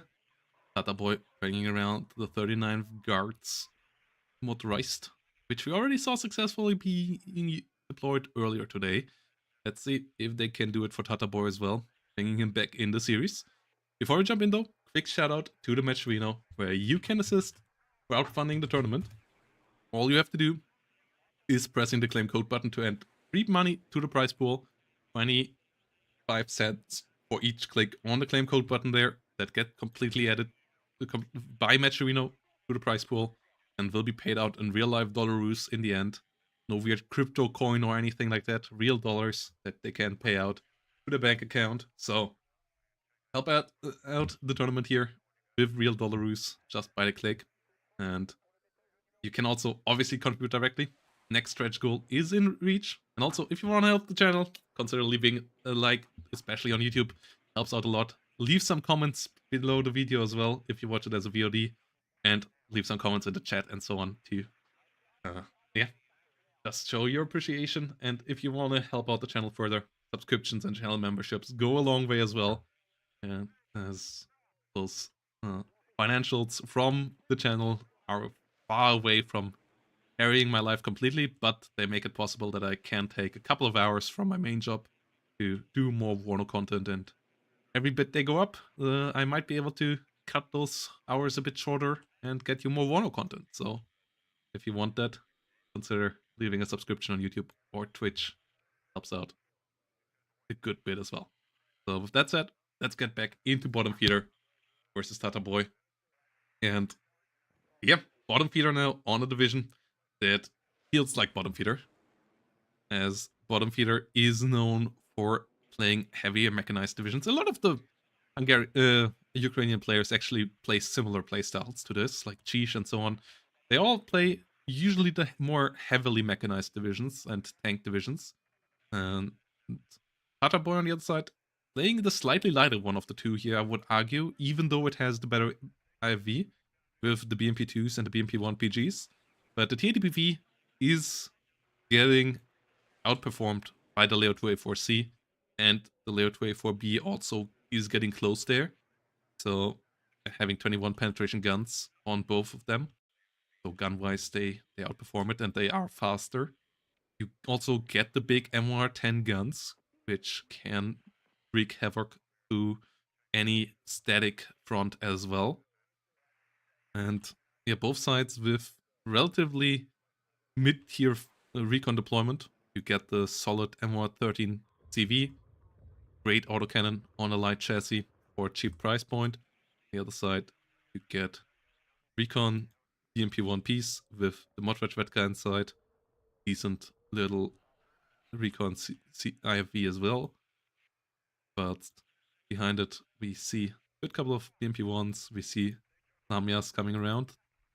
Even after the nerf, the great launcher teams are still the best way of dealing with infantry, finishing them off quite quickly. But yeah, YPR is on the other side here. Will move out around in numbers to get control of Center and Boris. YPR, if it gets into autocannon range, can potentially deal with the BMP1s as well. Against the BMP2, it will get outclassed quite significantly, because it doesn't deal damage quickly enough with its autocannon, but its two frontal armors itself don't protect it well there. As we see YPR here going for the capture in the south of the 2-point zone. Only one CV on the side of Tatarboy, so he will fall behind a bit in the tick. But, Tatarboy with a special opener here. Having a Mi-8 recon coming around to guide an Su-24 on target. And it might be perfectly on target. Stingers do unload. Leo 2A4 is trying to run away. Cheetah getting on target as well. Leo does survive. Stinger don't get on target. The Cheetah does go down. Mi-8 at least already shut down. Su-24 didn't take that much damage though. So getting a Cheetah there, getting the enemy to slow down as well, and getting a couple of other units too. That was still a helpful opener here with that Su-24. The Boris point still will be taken by Bottomfeeder. Tatarboy focusing with the ground units in the north. But good micro there from Bottomfeeder, getting the Leo 2A4 out of the way and keeping that on full health. If that would have been killed, it would have been an absolute disaster, and likely the game would have swung win rate potential-wise super heavily in Tatarboy's favor. If it would have been heavily damaged, that still would have been quite tough. This way around, the Leo 2 now can start recuperating its price relatively quickly. There are not a lot of units on the battlefield that can deal with it. The Su-24 was planned to do so. Conquerors here, he's a bit out of position and will immediately get shut down by the Leo 2 and the YPR. So now the Leo 2A4 is a massive problem, and Tatarboy needs to find a new solution for it. Has a TADBV in the north, but with 2 less penetration on the main gun and 1 less frontal armor, it gets outclassed significantly by the Leo 2A4, next to also having slightly lower accuracy on the main gun as well.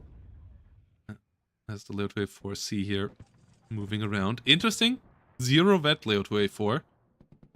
So you get more per card there, but it also means that this one, if it gets hit, actually will lose combat efficiency quite quickly. Leo 2A4 now engaging here. Finds a BMP. As the YPR gets into an engagement with a BMP as well. Next one taken out. The front line here of Tatarboy not working out. All the BMPs go down. ADBV without little impact. So far here, not the perfect start for Tatarboy. F-16 in the sky. Defensive setup in the south. Gets the full capture of the zone in the north at least. But +2 here due to the Elena point not being captured yet. BMP1 should get to move there. Leo 2A4 gets stressed out a bit, but the TADBV gets stressed out even further, and the F-16 tries to come forward with the cluster. Does fail to get the kill. Good movement there from Tatarboy as well, realizing what was happening. So both sides now failing with a cluster bombing run to some extent. And yeah, keeping the TADBV alive here, absolutely crucial. That would have been a devastating blow as well. So good attempt there by Bottomfeeder, going after the crippled TADBV, but also good reaction from Tatarboy, getting it out of there. YPR engaging the Lamia. Will get killed off by the Motostralkis though, as the Leo 2A4 tries to keep up its fire support. Both sides need supply trucks to fix the tanks on their sides. Neither one did start with one. And none coming up on the right side. None. There are 2 on the left side now coming up. So ADBV will stay damaged for now. Surely will get a supply truck in the next minute or 2, but no instant repair here. That's next to the next to the CV with 2 veterancy. It should get its cohesion back relatively quickly. 113 here, pushing forward, trying to deal with the red gas. YPR moving up as well. Conqueror's immediately firing upon it. There we go. Supply trucks now being called upon. That's Vercanners and Panzer Infantry trying to push a bit further in the south.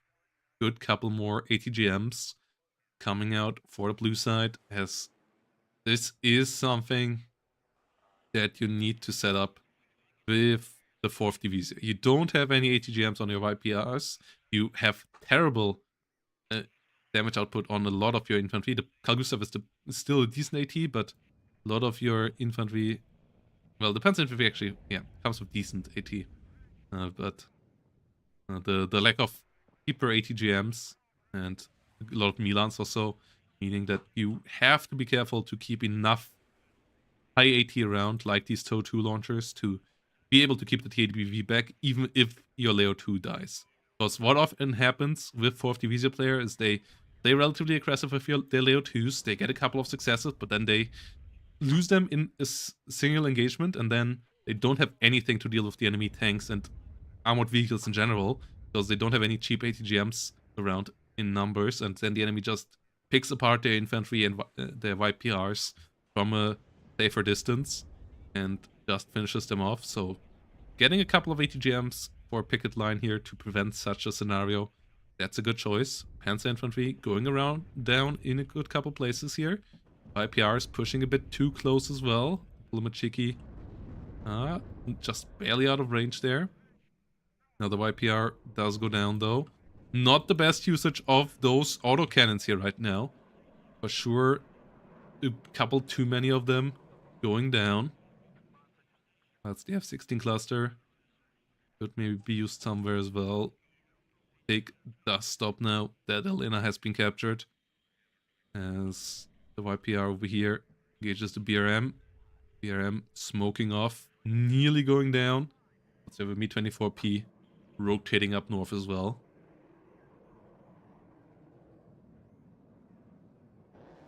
Cluster bomber. Not dropping its bombs. Getting stopped by the AA before it could. Coop. Not finding the kill in return. As the MR10 engaging towards the south here. F-16 flying super deep as the Coops run out of ammo. Flight trucks are here, but they're resupplying the TADBV. Need to spread out now. Interesting that the M110 fires that far south.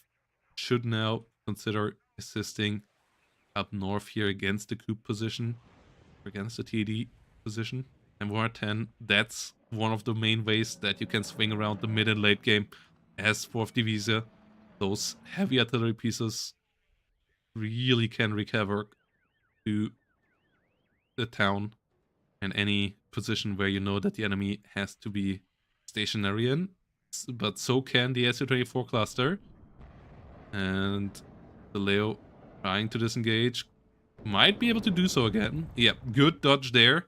Su-24 once more failing. Good movement there. The high speed of the Leo makes it a good bit easier as well. That's one of the reasons why these tanks are so good. You have to be careful with the side armor. Even Conquerors can one-shot you with a side shot. So the movement still has to be well executed, but the speed of it allowing to dodge cluster bombs like this with relative ease compared to, for example, a T-72 or so is one of the reasons why the Leo 2 is one of my favorite tanks and one of the better heavy tanks in the game as well. Mi-8 went down to the F-16. They returned to base. Artillery now aiming for the coup, but Tatarboy knows about the M110 by now as well. He is disengaging there too. But Tatarboy is setting up some light pressure in the south. And we only have one Leo 2 so far on the battlefield. And that's a bit of a surprise to me. Would have expected 2 or 3 by now to actually push with 2 of them reliably against T-80s and overwhelm other units with the salvo as well. Infantry or IVs with 2 shots of 2 Leos. Chances are that you're likely gonna get a decent hit against them.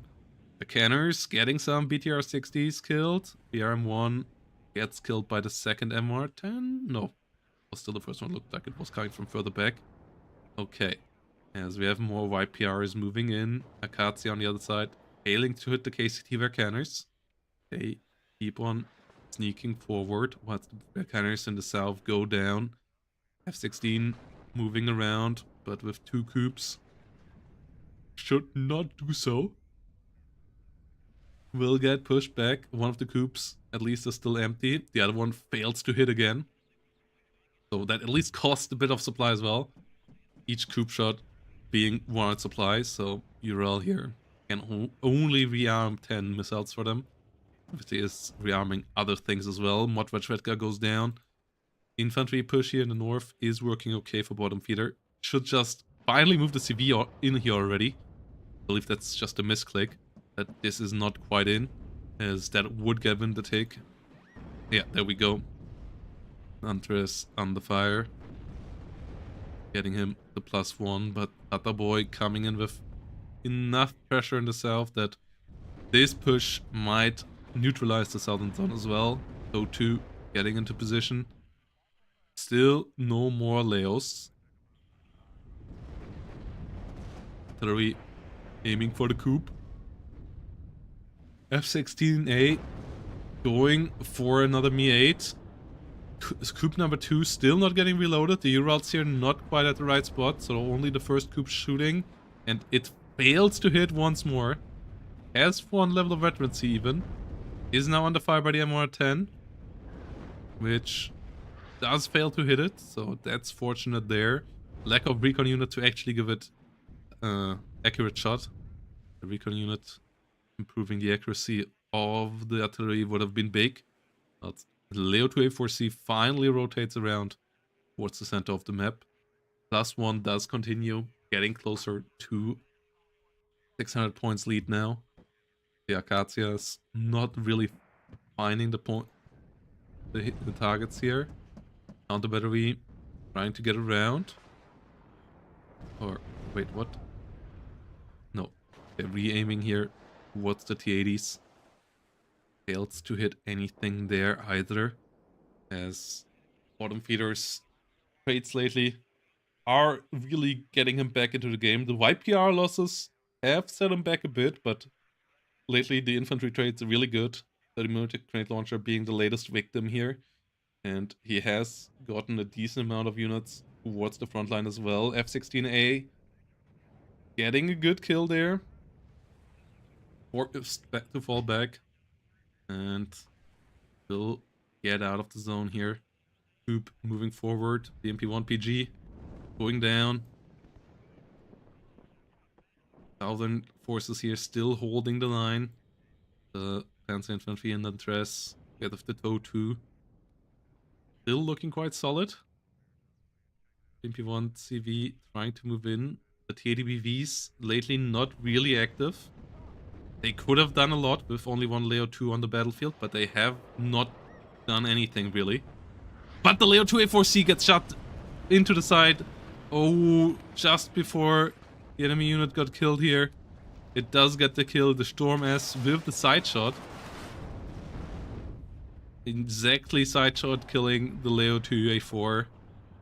Su-24 cluster coming around for the second one. Oh, it's trying to disengage. And it's able to move away again. The Su-24 gets shot down by the Eyehawk. And the Stingers as well, so this Leo 2A4 here now getting a bit of a revenge there. F-16s flying in, just eating the coops, as we have 3 coops around now, and they are reloaded this time around. M110 aiming for the T-80. Good couple of blue units dying. YPR being moved into the south to stop the tick of the red team. Will even get the tick back online by killing off the CV of the enemy here. And holding the line in the north. Third Leo 2A4C moving in here. Gets attacked by an AT-Jam from the Motostrelki Medis immediately. Second Leo assisting here as well. BRM-1K going down too. Tatarboy a bit sloppy, and only now TADBVs start to get back when the Leo 2A4 number has risen again. Like, yes, it needed to be repaired, but it was sitting around there for a good couple of minutes without doing anything, even after being repaired. We have 4 more BMPs rotating in the north. The grind here is still going on. Get some infantry killed in the north. Likely will push Bottomfeeder out of there. But Bottomfeeder for now keeps up the +1, is setting in more reinforcements, and is sending in 2 more Leo 2A4Bs here now for the southern part of the map. And with that, might just start grinding away against the T-80s, against all the vehicles on the other side. Because with 3 or 4 of them, you can really rotate them in a good manner so that they always can deal with the enemy and then disengage away. And having a lot of fire output so that they often get the enemy before the enemy can deal much damage against you. I really like the Leo 2A4Bs here, as they are rotating around. Stinger goes down. IPR does go down in the middle as well. F-16A, F-16 cluster, moving around here in the south as well. Ooh, interesting that the south is completely undefended. Tatarboy starting to figure that out. Might be able to move a CV in here into Anna, which would get points back quite quickly, but at the same time, Cluster Bomber, double kill into the Storm. One of the cubes once more not getting reloaded. The other 2 will get 2 more shots out, but won't find a kill here. F-16's 30% ECM going a long way there. Well, it's the double kill onto the Storm, making the ATGM position here against the Leo 2A4s good bit weaker.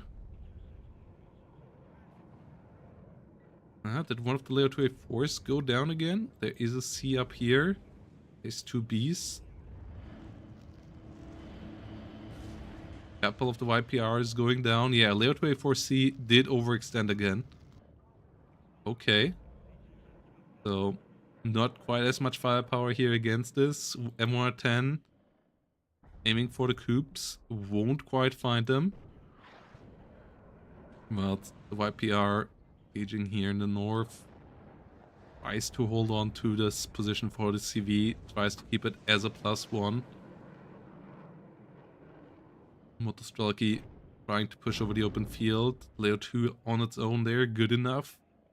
Double teaming is possible with the TADBVs. And BMP1s could push forward as well. Well, Panzer Infantry does get in here. CV in the south does go down to the artillery. And there is a potential for the move into the far south as well. No CV just yet has arrived to turn around to take here. It's a Leo 2A4 forced to fall back. M110 going after the Conquerors though. No second M110 just yet. I kind of would expect seeing a second one of them relatively soon. Oops. Getting the reload out and getting the kill against the cluster before it can drop its bombs off. So Tatarboy is absolutely still in this one. So 800 points will be a significant lead here, but still not even quite over the halfway mark. 21 minutes remaining. Akacia is doing a decent job as well. Boris under siege. Soon to be a +1 here for Tatarboy.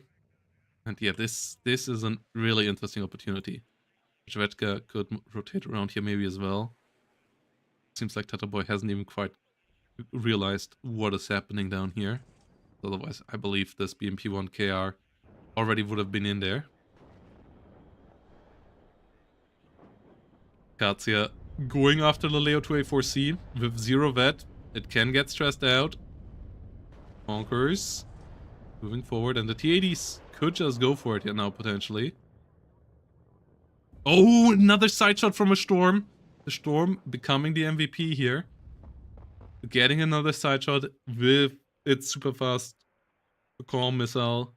Getting a kill against the Leo 2A4B with a one shot again.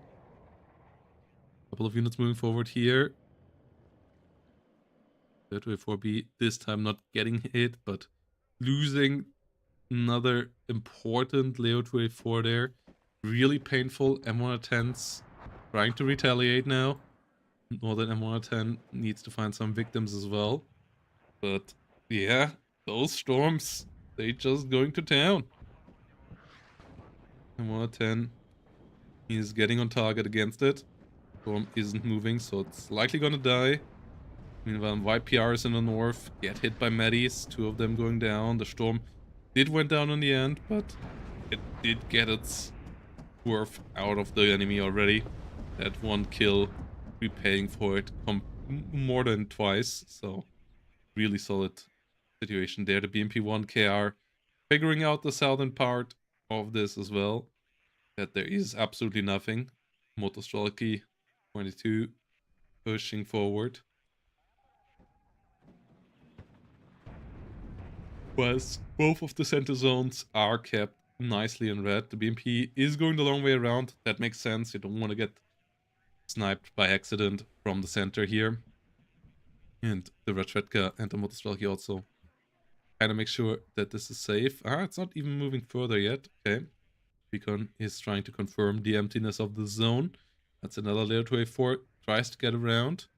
And is not really achieving much just yet. No CVs, no HGMs coming out against it this time around, but Leo's not as impactful as they maybe could have been.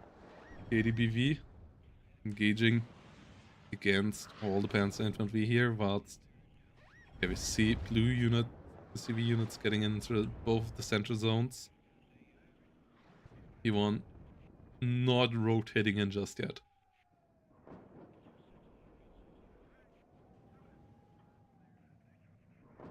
ADBV helps out dealing with infantry, but fire support for infantry, in my eyes, currently usually a bit better used by Bottomfeeder. Another Leo 2A4B coming around, F-16 getting pushed back. As the whole front line here is looking rather stable.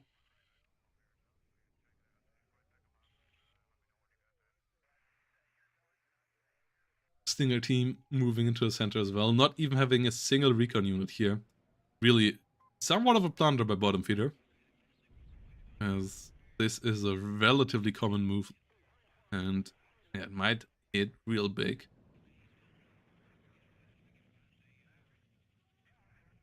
By PR. Engaging against the TDBV. M110 getting involved here as well. Good targets, but not really that much success there. Leo 2A Force trying to push it out here. But BMP1 about to be a big success. F16A.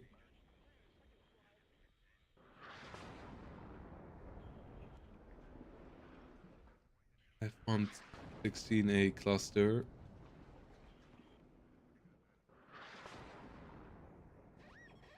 Trying to dive onto some Soviet tanks again here, but with the Coop's air defenses, I just don't see a chance for it getting through.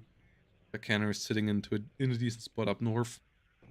But we have a good couple more YPRs entering the battlefield here from the left side. Just trying to bring out our cannons to the front line, trying to get a bit more infantry up there as well. Infantry numbers not looking amazing here right now for either side, actually. Have attritioned away quite heavily, and the +4 now is online. Doesn't seem like Bottomfeeder has quite realized what's going on. We'll see now with the new take if there's going to be reinforcements towards Anna. If he doesn't send any in the next 2-3 minutes, then he will fall behind on take here. It's 160 points per minute. So yeah, that's 3 minutes to go here for Tatarboy to start to get ahead in points and start to turn around the game plan that would be necessary. And then it would have to be a push out of Bottomfeeder here. Leo 2A Force dodge the Su-24 cluster again, and it gets shut down again. A strong cluster bomber here, off not as much impact here in this game so far. And with both of them dead, likely won't change. The dodge in the early one, and then every single time after as well. Good micro on the Leo 2, and also, yeah, just using the speed correctly there. But Nantres tried to come around just for pure numbers to get through. Another YPR getting killed. Getting maybe a bit too close to the Motostralkis there. Another one goes down. M110 trying to go after them with artillery. Second one is nearly empty here. Could use some more supply. Okay, more supply is on the way. +4 for Tatarboy, though still not really realized by Bottomfeeder. Bottomfeeder still hasn't done anything about it, and he's about to fall behind in points. I'm not quite sure what's going on here, but it's looking a bit questionable for Bottomfeeder here now. Like, this +4 might just get him. He has done nothing to deal with it, and with that, it will get Tatarboy ahead in points. Like, he just can't make it fast enough to the south here anymore. Tatarboy could have even brought a couple more units, or maybe brought some reinforcements now to get a HGM or so in here to make the situation even more annoying. But as is, it's already quite bad for Bottomfeeder down there. The +4 keeps on ticking, and that means that Tatarboy just needs to hold out now in the center zones, keep them contested. Me-24 is helping with that. The infantry push here in the north from Bottomfeeder for sure is relatively scary. There's only one infantry for Tatarboy, but he has enough support units behind us now, TDBVs and BMP1s, to just shoot this down. Leo 2 under heavy fire as well. Me-24 might find another kill there. Yes, another important Leo 2A4 goes down. And Tatarboy is now really close to getting ahead in points. The south looks pretty stable as well. And in the north, yeah, he gets pushed out here for a bit, but with the Me-24 fire support, with all the vehicle fire support, this building line can't be kept alive by Bottomfeeder. Another Leo 2 of his gets heavily hurt. He at least gets the Me-24 now. but BMP1s here can keep up with the annoyance. Infantry can likely jump out here in a second, push back a bit in as well, whilst T-80s and BMP1s assisting further. Panzer infantry under fire by a lot of autocannons and grenade launchers, and some main battle tank guns as well. And with that, the +4 keeps on going. Yeah, seems like Bottomfeeder just hasn't realized that he's getting ticked upon. Might get the message soon with the halfway point, then maybe realize what's actually going on against him here right now. But he hasn't shown a single reaction to this. He might just be full on locked in here on the 2 grinds in the middle, and might have overheard the warning signal about this, and then you sometimes just don't look to the right side because you are like, yeah, doesn't really matter, we both fight in the center for testing these zones. And yeah, either that or he feels like he can't invest anything down here because surely the enemy has entrenched it by now, so I have to make a breakthrough in the north. But either way, it's costing him everything here right now. Costing him absolutely everything. MR10's currently not firing, and yeah, he had to push here now deeper in the north, and it completely failed. And with that, Tatarboy likely going to bring this game heavily on his side. Finally, we see some units being brought up here in the south, but the +4 has brought up Tatarboy more than 200 points ahead by now. And until any CV has captured this again, likely is going to be another 300, 400 points at least. So this is going well, especially considering how little progress Bottomfeeder has done in the north. MR10's trying to assist. He gets a coup, but his Leos haven't really done much here. Pushes up with some infantry, MP1s and so on. Could go down. ADBVs with some ATGM fire there as well. As units move around the south. DO2s and TOW2s pushing forward. Trying to hold the line there. MP2 gets back onto the TOW2. Dealt some damage there. DO2 all damaged, all stressed out. And yeah, the side move, the realization there, really getting Tatarboy completely back. He was already doing pretty well here in the trades, and he gets some layout wave 4 kills here. They're all not gonna make it. But the ADBVs might just be able to finish them off here now. TGM is not it. BMP2's moving up. Has to be careful of all the infantry. It's all stressed out, so its accuracy is in the gutters, but side shots still might be deadly. Get some more HE firepower on them. Stress them further out. And likely will just kill them. Could use some artillery there as well. And there we have the GG. Tatarboy getting the equalizer. Getting us to a game number 3. Staying in there with tenacity. Early game wasn't quite it. SC24's failing to get the successes, but he does get the W nonetheless. Really well played by our player in red here. And that's securing the point on the scoreboard and getting us to a decider game 3 in this best of 3 quarterfinals for Division 2, where we will have another interesting matchup. 11th ACAF versus Second Guard. Second Guards has been nerfed a bit, so we'll see how that can keep up now with the 11th ACAF. Quick break, guys, and then we're gonna move on Thaler. Second Guards versus 11th ACAF. Bottomfeeder versus Tatarboy.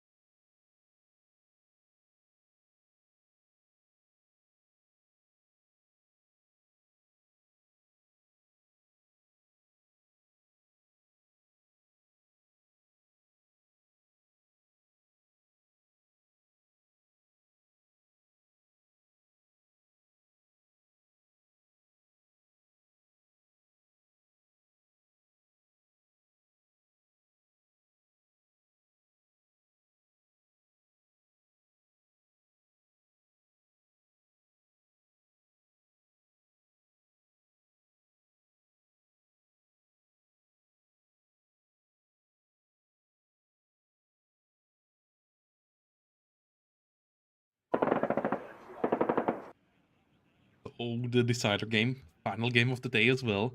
Tatarboy versus Bottomfeeder. Who will fill out the final slot for the Division 2 semifinals? Will it be Bottomfeeder returning to Division 1 with it, or will Tatarboy finally break his quarterfinal curse, finally make his path into Division 1 as well? As he brings around the second guards moto with T72s and T64s and the heavy TADBV against the armored division of NATO with the heavy recon tank, the M1A1 AKF, but seems to be only Bradleys for now. And then the normal M1A1 with a couple of CVs here, Jaguar as well. So heavily mechanized game plan on Thaler, which is a map where the front line is relatively narrow, so armored divisions can be really strong on it if they get a couple of gaps where infantry can slip into their rear under control. There are a couple of gaps that you have to plug, but after that, usually armored divisions are doing really well on the map. And 11 VKF and second guards both relatively equal in heaviness, and the mechanized part on 11 VKF is a bit limited. You don't get any American infantry in Bradleys. You do get some German Panzergrenadiers in Martyrs though. So there are a couple of IVs for you that you can get. Your infantry tab relatively limited as well. And then on the other side you get a good couple of the BMP2, Lumachiki and Guard Gordetzi. But also good mechanized infantry in or motorized infantry rather, in BTR-80s, which can be nice for some faster pushes and some nice overwhelming of enemy infantry positions. And the T-72 B1 got nerfed slightly, but is still, when it comes to raw firepower, on an okay level against the M1A1. Has similar frontal armor, it loses out 2 penetration basically, as on the 2275 it would have 18 pen, 2100, one range step closer, 19 pen. So at that range, the M1A1 would have 21 pen. But as it is 65 points cheaper, that is a fair price range as well. And on this map, you can use a lot of spots where 2100 meter range is not an issue. So there are a couple of longer range areas as well where ATGM and longer range tanks can try to get those long range shots out as well. BMP1 here on the defense for Tatarboy around Boris. We don't have really an aggressive force here for Bottomfeeder either. 2 interesting Bradley positions. No infantry in between. So anything that could catch these could really rip a big hole into his lines as well. Nothing here protecting a center either. His concentrated force here is going through the north. Good old Schwerpunkt Taktik at its finest. Whilst the other side though will have decent amount of defensive forces for this part of the map as well, as Tatarboy doesn't really set up anything that can push towards center or Anna right now either. The fight will be in the northern part of the map. The M1A1 versus 2 T72s will be interesting. The CVs can help out. The Jaguar especially can help out as well. But so can the 2 BMP2s. The CVs, they don't deal much damage, but they still deal significant stress damage against the T-72, which will attrition away their combat efficiency. They have an autoloader, but their accuracy will still tank. T-72 gets the first shot, does miss against the CV. CVs and Jaguars here now on the other side. Trying to engage. Another T-72 does miss its shot as well. Gets stressed out there by the calves, and the M1A1 does get a decent hit, but now tries to break line of sight again. The MP2's rotating around as well. Jaguar here on the other side gets the first shot and gets the kill. Jaguar does survive. We have a BMP1 from the north getting a good hit against the CV. M1A1 under fire as well. M1A1 being stressed out. We have a MiG-21 cluster bomber not quite making it through. The iHawks intercepting it just before it could release its bombs. Really important victory there. Killing off a relatively expensive and also insanely powerful cluster bomber. As the T-72 fails to get its hits here. Jaguar does go down to the Mi-24V with the Cocons. Important fights here for both sides. The Cav will get pushed back as we have two Cyanides coming in on the other side. BTR-80 goes down. The MiG-21 going down on the right side, but the Cav and the Jaguar already being shut down here on the blue side as well, and red side getting to push through. Both sides needing repairs. Both sides not getting repairs right now. Double Bellowjaw instead for the CV. That's a bit weird. The northern one could have rotated center. One would have been enough. The other points should have gotten into supplies for the T-72s here. Like, not re-supplying this northern fight here right now. Not setting in reinforcements. Seems like an odd choice. F-16 might go down here. Igla likely not going to get another shot, but the OSA will. And gets the kill against the F-16. Oh, Cyanides though. Using the OSA's moment where it is occupied with the F-16 to get one of the T-72s. And yeah, no reinforcements here north. And only now Rapira and the Gardetzi arriving. But more reinforcements came for the south. The Bellowjaw here. Really, those 80 points being resupply or being another light unit here. OSA getting... No, Igla actually only getting a hit against the Cyanide. The OSA not getting involved here. I'm not quite sure why. The helicopter is now landing. The Igla can't get another shot. And the OSA is in danger now as well. M1A1 pushing forward. The CV here will not get popped. The BMP, the T-72's not having the most luck, but the BMP-2 does finish it. OSA might get another missile out. Does fail to kill the Cyanide. And will likely get shut down now by the rest of the units. Does fail to hit the second Cyanide as well. That's a bit unfortunate. It was heavily stressed out, but still on these ranges with range scaling could have gotten lucky maybe. Jaguar does go down. No new AA has arrived yet. Fighters with the two Ihawks behind it, not really efficient against the Cyanide either, so you need some AA here to deal with them. They at least have shot most of their TOW2s, but Mi-24 goes down on the other side as well. Ooh, Su-15 being used for it is super risky because it only has the R60mm, doesn't have a gun. And yeah, it gets shut down by the Ihawks as well, as it only has 10% ECM. 30mm grenade launcher in the south, starting to get overwhelmed here a bit as well. Vedka couldn't quite get close enough. Conquerors could rotate around maybe. South is stable for both sides.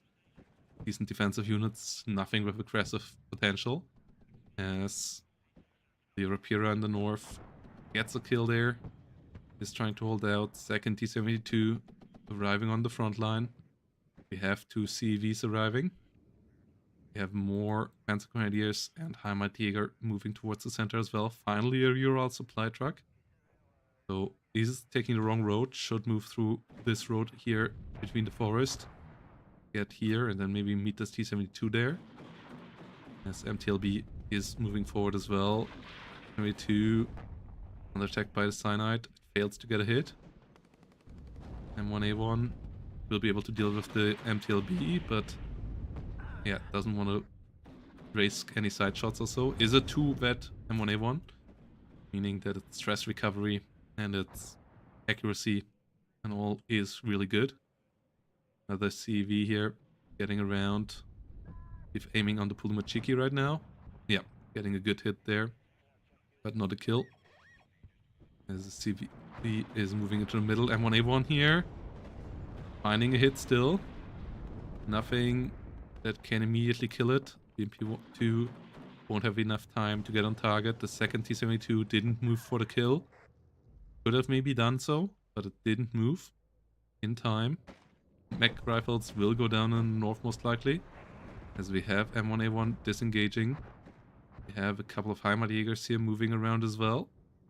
As we have a CEV getting another shot out. M1A1s arriving in numbers. BP2 goes down. Badetsi under attack. CVs trying their best here. M1A1 rotating in from the north. MV2 does find the Martyr.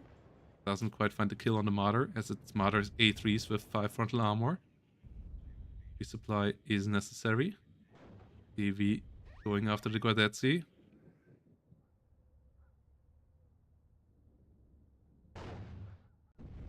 Martyr has to disengage. Guardetzi gets found and will likely get killed off by the MG fire here. CV gets a 30mm grenade launcher as well. Might find the Conquerors here in a second too. Heimat Jägers under attack. TSMV2 finds one of them in return. M1A1 will find the BTR-80. Might find the T-72 here as well. As another CV does go down. Another one gets routed. M1A1 should get into the combat. Guardetzi actually survives here.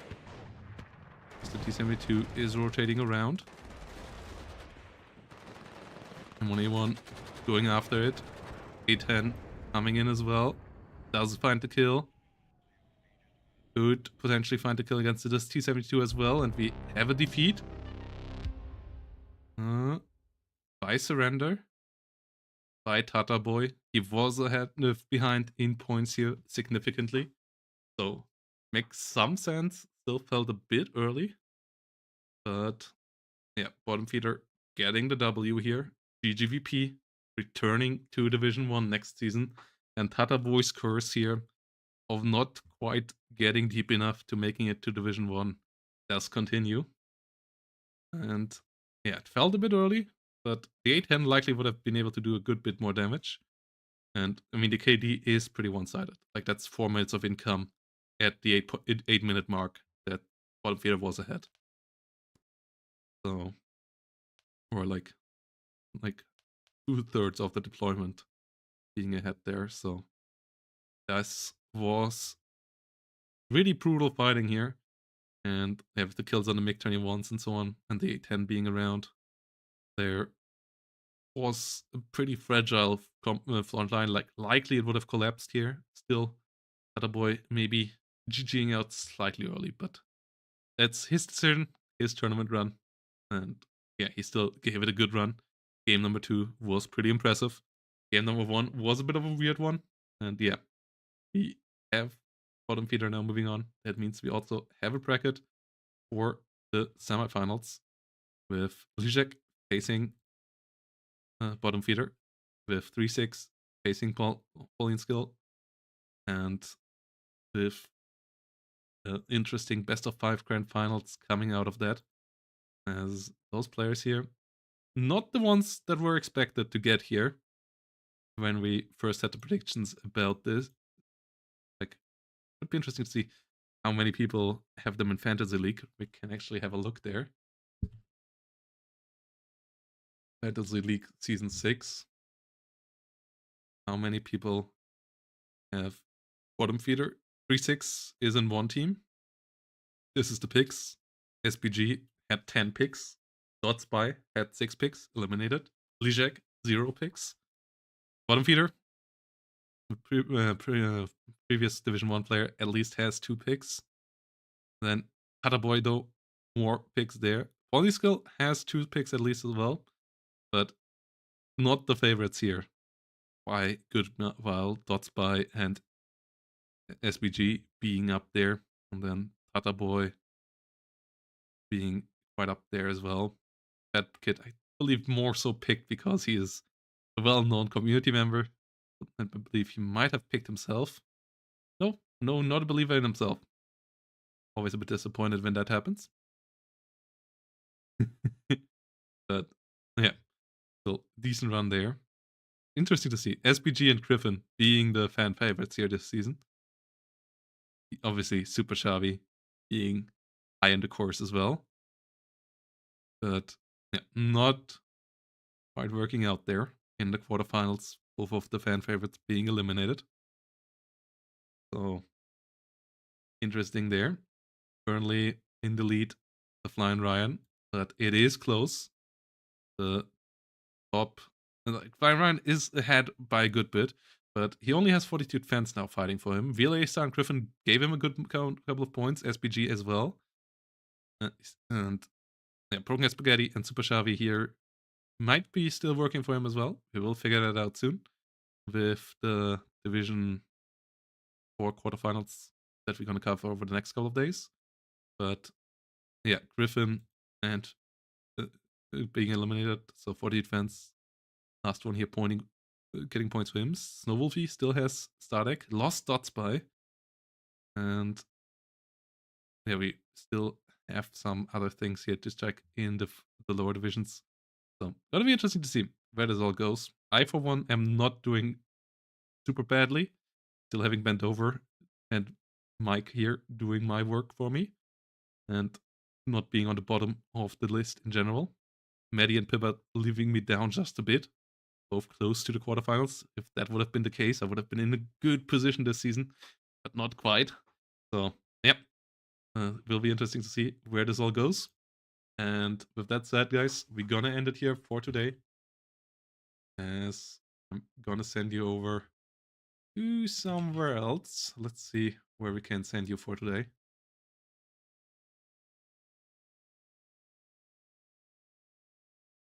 Yes.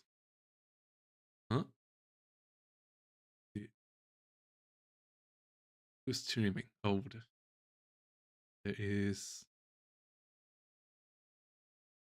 some Zoomer reel here with Victoria 3, but some Victoria 3 memes here with Bocohen. Let's send you there, guys. Bocohen streaming some Victoria 3. That should be quite interesting. But let him know that he needs to return to WARNO. So he knows that. With the Danish, unfortunately, not getting an army general, though. He is really pissed about that. And yeah, I'm with him there.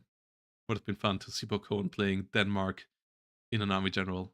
All the miserable